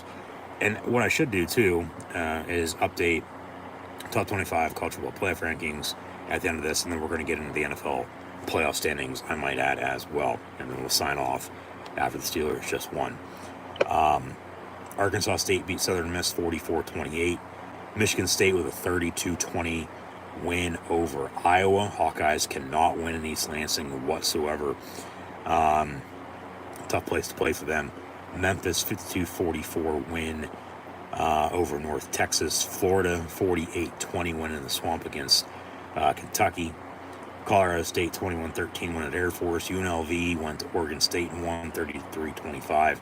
And then TCU beat Utah 13-7. That was 2 weeks ago in college football, okay? So we're caught up on that now. Now let's dive into what happened this past week in college football. As we just still never got around to this past weekend, from a bye week to a night game, and how that went, and a win's a win. So thanks to anybody who tuned in and watched. Thanks for tuning in and listening here tonight from the game last night. But Last week in college football, Sam Houston State beat Florida International 10-7. Louisiana Tech beat UTEP 14-10. Kennesaw State winless, upset undefeated Liberty 27-24. Jacksonville State with a 42-21 over Middle Tennessee State. Syracuse had 5 turnovers on interceptions, 3 of them pick sixes, and Pitt beat Syracuse 41-13. So, like I said, do the math. If there's no 3 pick sixes, it's a one-score game. And Syracuse had the ball late, so who knows what the hell they would have done. But we are Penn State, eat shit Pitt. Here we go, Steelers. 41-13 win for the Panthers over the Orangemen. Old Dominion beat Georgia Southern 47-19. And then on Friday night, Boston College was up 20-0, and then 27-10 at home against Louisville. And the Cardinals came back and beat the Eagles 31-27. USC beat Rutgers 42-20, and Boise State with a 29-24 win in the Mountain West at UNLV. On Saturday, number 1 Oregon beat Illinois 38-9. We are Penn State, and Lions beat the Badgers of Wisconsin 28-13. Ohio State squeaked by Nebraska 21-17. Texas with a 3-point win at Vandy, 27-24. The U beat the Noles 36-14. Miami with a rivalry win against Florida State as they fall to 1-7. Texas A&M with a big win Saturday night as well, 38-23 at home against LSU. BYU went to UCF as an underdog and beat the Knights 37-24. Notre Dame put up 51 on Navy, 51-14 your final over the Midshipmen. Indiana with a 31-17 win over Washington. Alabama shut out Mizzou 34-0. Kansas State with a 2-point 29-27 win against Kansas. Ole Miss 26-14 win over Oklahoma. SMU beat Duke in overtime 28-27. Virginia Tech 21-6 win over Georgia Tech. North Carolina beat Virginia 41-14. Ohio 47-16 win over Buffalo. Memphis 33-28 beating Charlotte. Tulane 45-37 on top of North Texas. Arkansas almost put up 60. 58-25 win at Mississippi State. App State 33-26 over Georgia State. 46-7 win for Central Michigan, Miami, Ohio over Central Michigan. East Carolina 56-34 defeating Temple. I thought we were going to have another Penn State-Iowa 6-4 game with Northwestern and Iowa 20 years later, but after a 7-5 start, Iowa ended up winning 40-14 over the Cats. Minnesota put up 48 on Maryland, 48-23. UConn 17-10 win against Rice. Wake Forest beat Stanford 27-24. Baylor beat Oklahoma State, who's completely fallen off the face of the earth. It felt like 38-28. Texas Tech lost by 1 at TCU, 35-34 against the Frogs. James Madison 32-15 win against Southern Miss. Akron 25-21 win against Eastern Michigan. Ball State with a 25-23 win against Northern Illinois. So back-to-back, one-score close games there in the MAC. Bowling Green beat Toledo 41-26. Western Michigan with a 52-20 win at home against Kent State. UMass beat Wagner 35-7. Tulsa with a 1-point 46-45 win over UTSA. Cal beat Oregon State 44-7. Colorado State 17-6 win over New Mexico. South Alabama 46-17 win over Louisiana Monroe. West Virginia went to Arizona and won with a backup quarterback to get to 4-4, 31-26. Houston 17-14 win over Utah. Utah State beat Wyoming 27-25. Arkansas State with a 34-31 win against Troy. Michigan beat little brother in Michigan State 24-17. Auburn with a 24-10 win at Kentucky. Fresno State 33-10 win against San Jose State. Colorado 34-23 win against Cincinnati. Washington State 29-26 win at San Diego State. Their lone loss is Boise State. And Hawaii beat Nevada midnight on the islands of Hawaii 34-13. Next week in college football, this upcoming weekend in college football. Hell, shit, we might have already had a couple games tonight for all we know. It is Tuesday. Yeah, already had Florida National beat New Mexico State 34-13. 2 games into the fourth quarter. Louisiana Lafayette is leading Texas State, and Sam Houston State is leading Louisiana Tech. Both one-score games. Tomorrow on Wednesday, you'll have Jacksonville State and Liberty, Kennesaw State and Western Kentucky, excuse me. One game, college football Thursday on Halloween, Tulane and Charlotte. And then on Friday, you'll have Georgia State and UConn, South Florida and FAU, and Boise State hosts San Diego State from the Blue Turf. On Saturday at high noon for a big noon kick for the big one in the Big Ten, a top 5 matchup with Ohio State and Penn State from live right here in Happy Valley. I'll have live play-by-play watch-along reactions live right here on YouTube, so be sure to tune in. We'll talk more about that game then. Duke also plays at Miami at noon on Saturday, so we'll probably be watching that as well. Ole Miss, Arkansas, Air Force, Army. Minnesota at Illinois should be pretty damn good. Northwestern, Purdue, with Stanford and NC State, Virginia Tech, Syracuse, Buffalo, Akron, Toledo and Eastern Michigan, Memphis, UTSA. Vandy goes to Auburn. Maine is going to Oklahoma, with both teams at 4-4. Old Dominion at App State, Tulsa and UAB. Number 1 Oregon will go into the Big House to take on the Wolverines at Michigan at 3:30 on CBS. Florida-Georgia game in Jacksonville as well, Saturday at 3:30. Texas Tech, Iowa State, Indiana, Michigan State, Kansas State, Houston. Nebraska will host UCLA, trying to get their 6th win of the season. I believe, if I'm not mistaken, the last time Nebraska went and played, let alone won a bowl game, it was against the UCLA Bruins, and that was 2016. North Carolina, Florida State, Arizona, UCF, Middle Tennessee State, UTEP, Louisiana Monroe, Marshall, Wyoming, New Mexico, Coast Carolina, Troy, Navy's at Rice, UMass, Mississippi State, Arizona State, Oklahoma State, along with Hawaii and Fresno State, Texas A&M, South Carolina, Louisville and Clemson in the ACC should be good, as should Wisconsin and Iowa, because both teams are very, very similar. Line of scrimmage with offense and defensive line and run game, with the defense and special teams. Like, you're looking at probably first to 10, 15 points is winning that game. USC at Washington, not in the Pac-10, let alone Pac-12, but in the Big Ten. Georgia Southern, South Alabama. Tennessee hosts Kentucky. Pitt will be at SMU, which is a top 20 matchup, which should be good. And then TCU, Baylor, and Colorado State, Nevada. And that last game officially kicks off at 8 o'clock. Like, there is not going to be any college football unless these times are wrong, which it doesn't look like they are. They're normally right. There's not going to be any college football on after dark on Saturday. I get this weekend is daylight savings time.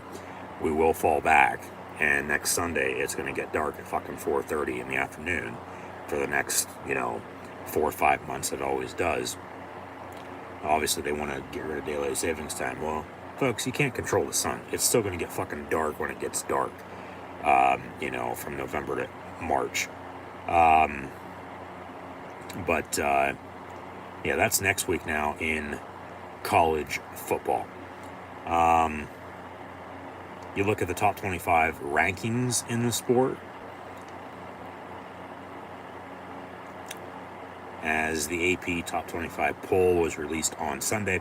They'll go by this for, I believe, just one more week. You got this ranking, and then the one that will come out next week, because the new college football playoff rankings for this season will be released, I believe, next Tuesday, if I'm not mistaken, on election night.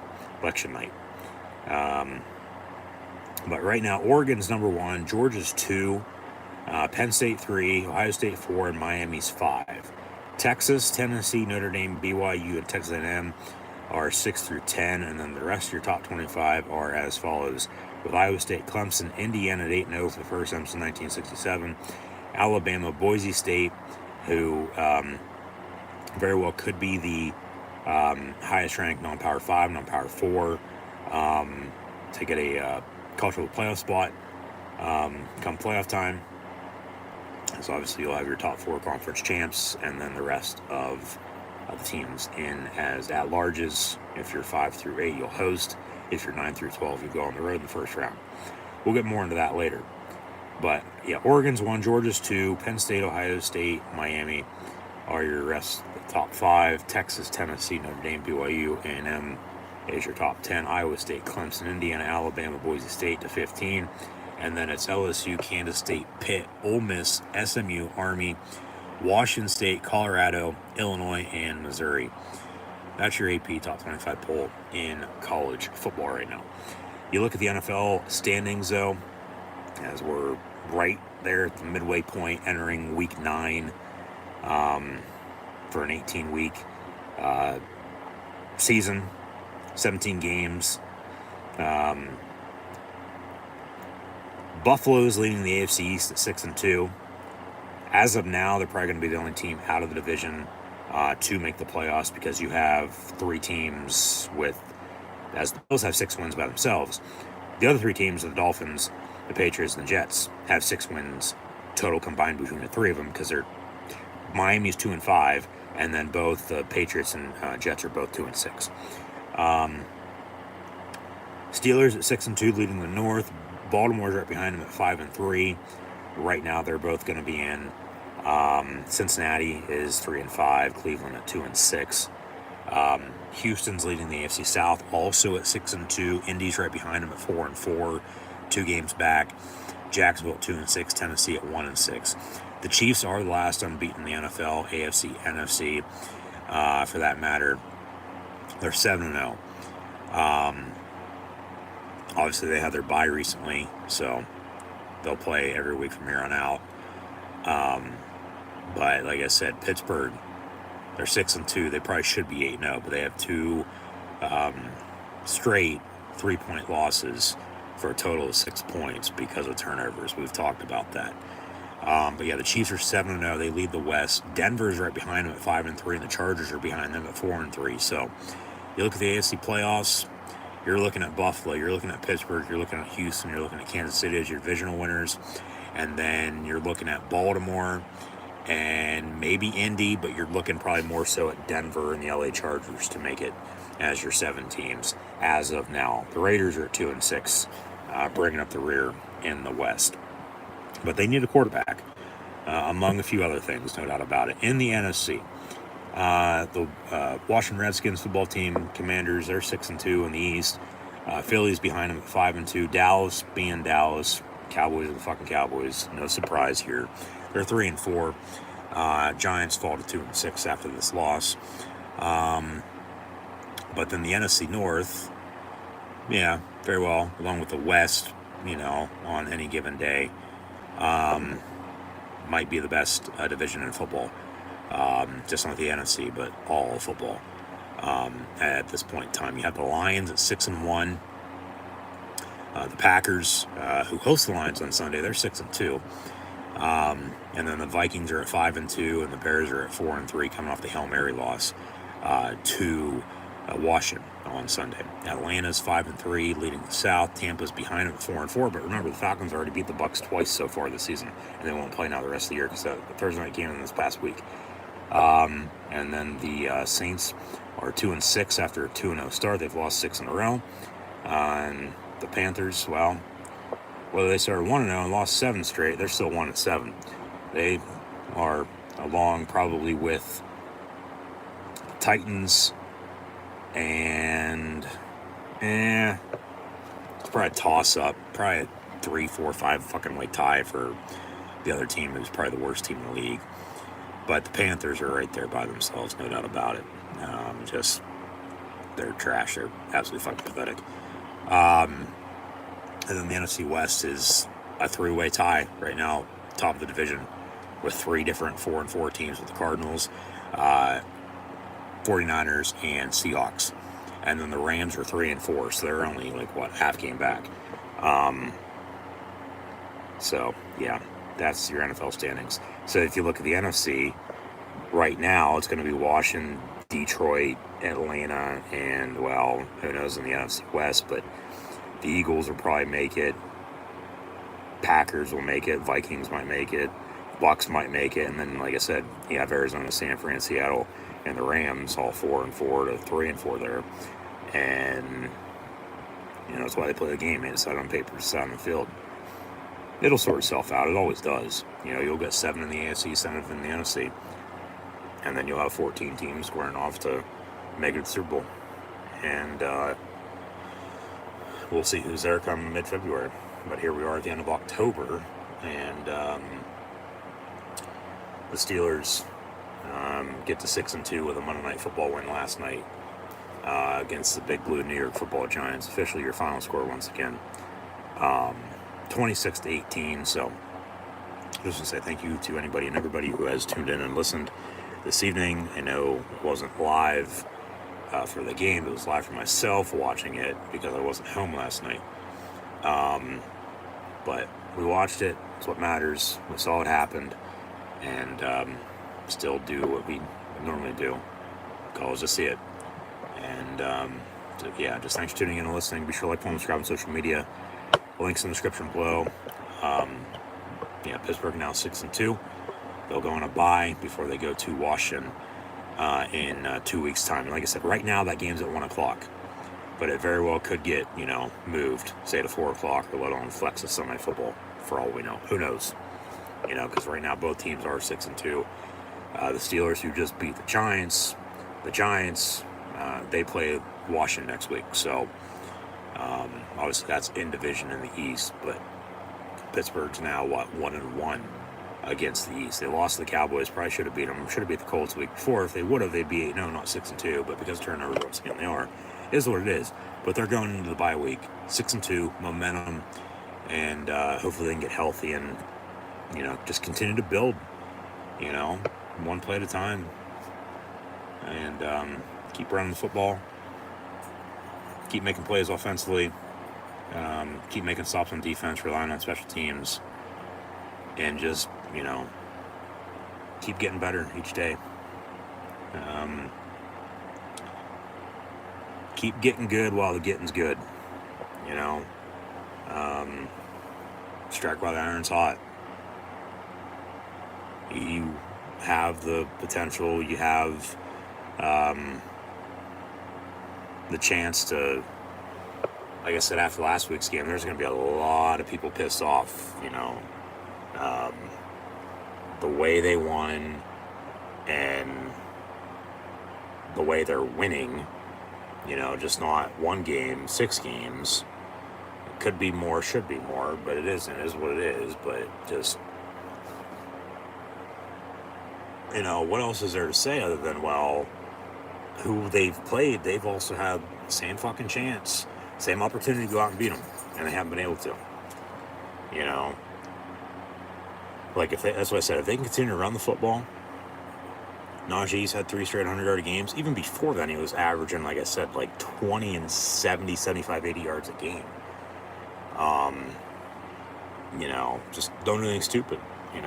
2 losses is because of turnovers. You don't want to get yourself in a pickle there. So just keep doing what you're doing. Keep running the football. Keep playing Steeler defense. And obviously, if it comes down to relying on Boswell, he's super reliable. He is. If you got to take your points, take your points. They had to. 9-9 at halftime. And then they got a spark where the punt return for a touchdown. Defense another stop. Drove and scored. You had a 14-point lead. Yeah, they inched back once again, but you made stops when you had to. That's what matters. Just do your job. Like I said, if they can continue to take care of business, because they already have this first half of the season, the rest will sort itself out. And they'll be one of those teams, in the end of it, left standing.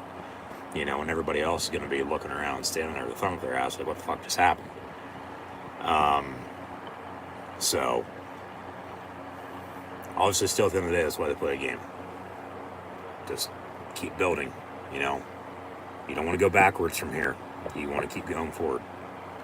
So, we'll see how they play in 2 weeks. Less than that now. 12 days on Veterans Day.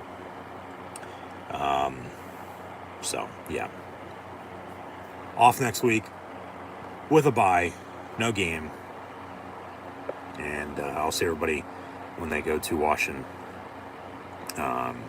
for week 10. As this is the end of week 8. Week 9 will start on Halloween. So hopefully everyone has a happy Halloween. It's already the holiday season. Obviously, happy Thanksgiving, Merry Christmas, Happy New Year, or Happy Holidays if you're one of those people. But I'm not. That's why I say Happy Thanksgiving and Merry Christmas, Happy New Year. But we'll get there when we get there, obviously. It's still one game at a time. But meantime, be sure to tune in on Saturday. I'll have live play-by-play watch-along reactions live right here on YouTube at noon with Penn State hosting Ohio State. And arguably one of the games of the year in college football. So that's next time you'll see me, hear from me, and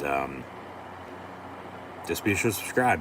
The easiest way to stay up to date is, in fact, on social media. Links in the description below. So be sure to like, follow, and subscribe. And here we go, Steelers. Here we go. Black and gold beat Big Blue, New York Football Giants, 26-18. Last night on Monday Night Football, but we watched it tonight. So thanks for tuning in. And I'll see everybody in less than 2 weeks when they have to go take on the Washington Redskins, or I don't know if you're still calling them the football team, or what they're now known as, the Commanders. If you know, you know. But yeah, they're 6-2. They're 6-2 as well. But just keep it going, man. That's all I can ask for right now. Just keep it going. But we'll see what happens. Still a long season, a lot of football to be played. Don't want to get, too high yet, up on that horse. You want to stay cool, calm, collected. Because that's where I'm at mentally, watching both Penn State and the Pittsburgh Steelers with the way they're playing. It's not a sprint, folks. Okay, it's a journey. It's a long season. It's a marathon. So that's why I play a game. But Steelers beat the Giants once again, 26-18. So thanks for tuning in and listening. Be sure to like, follow, and subscribe on social media. Links in the description below.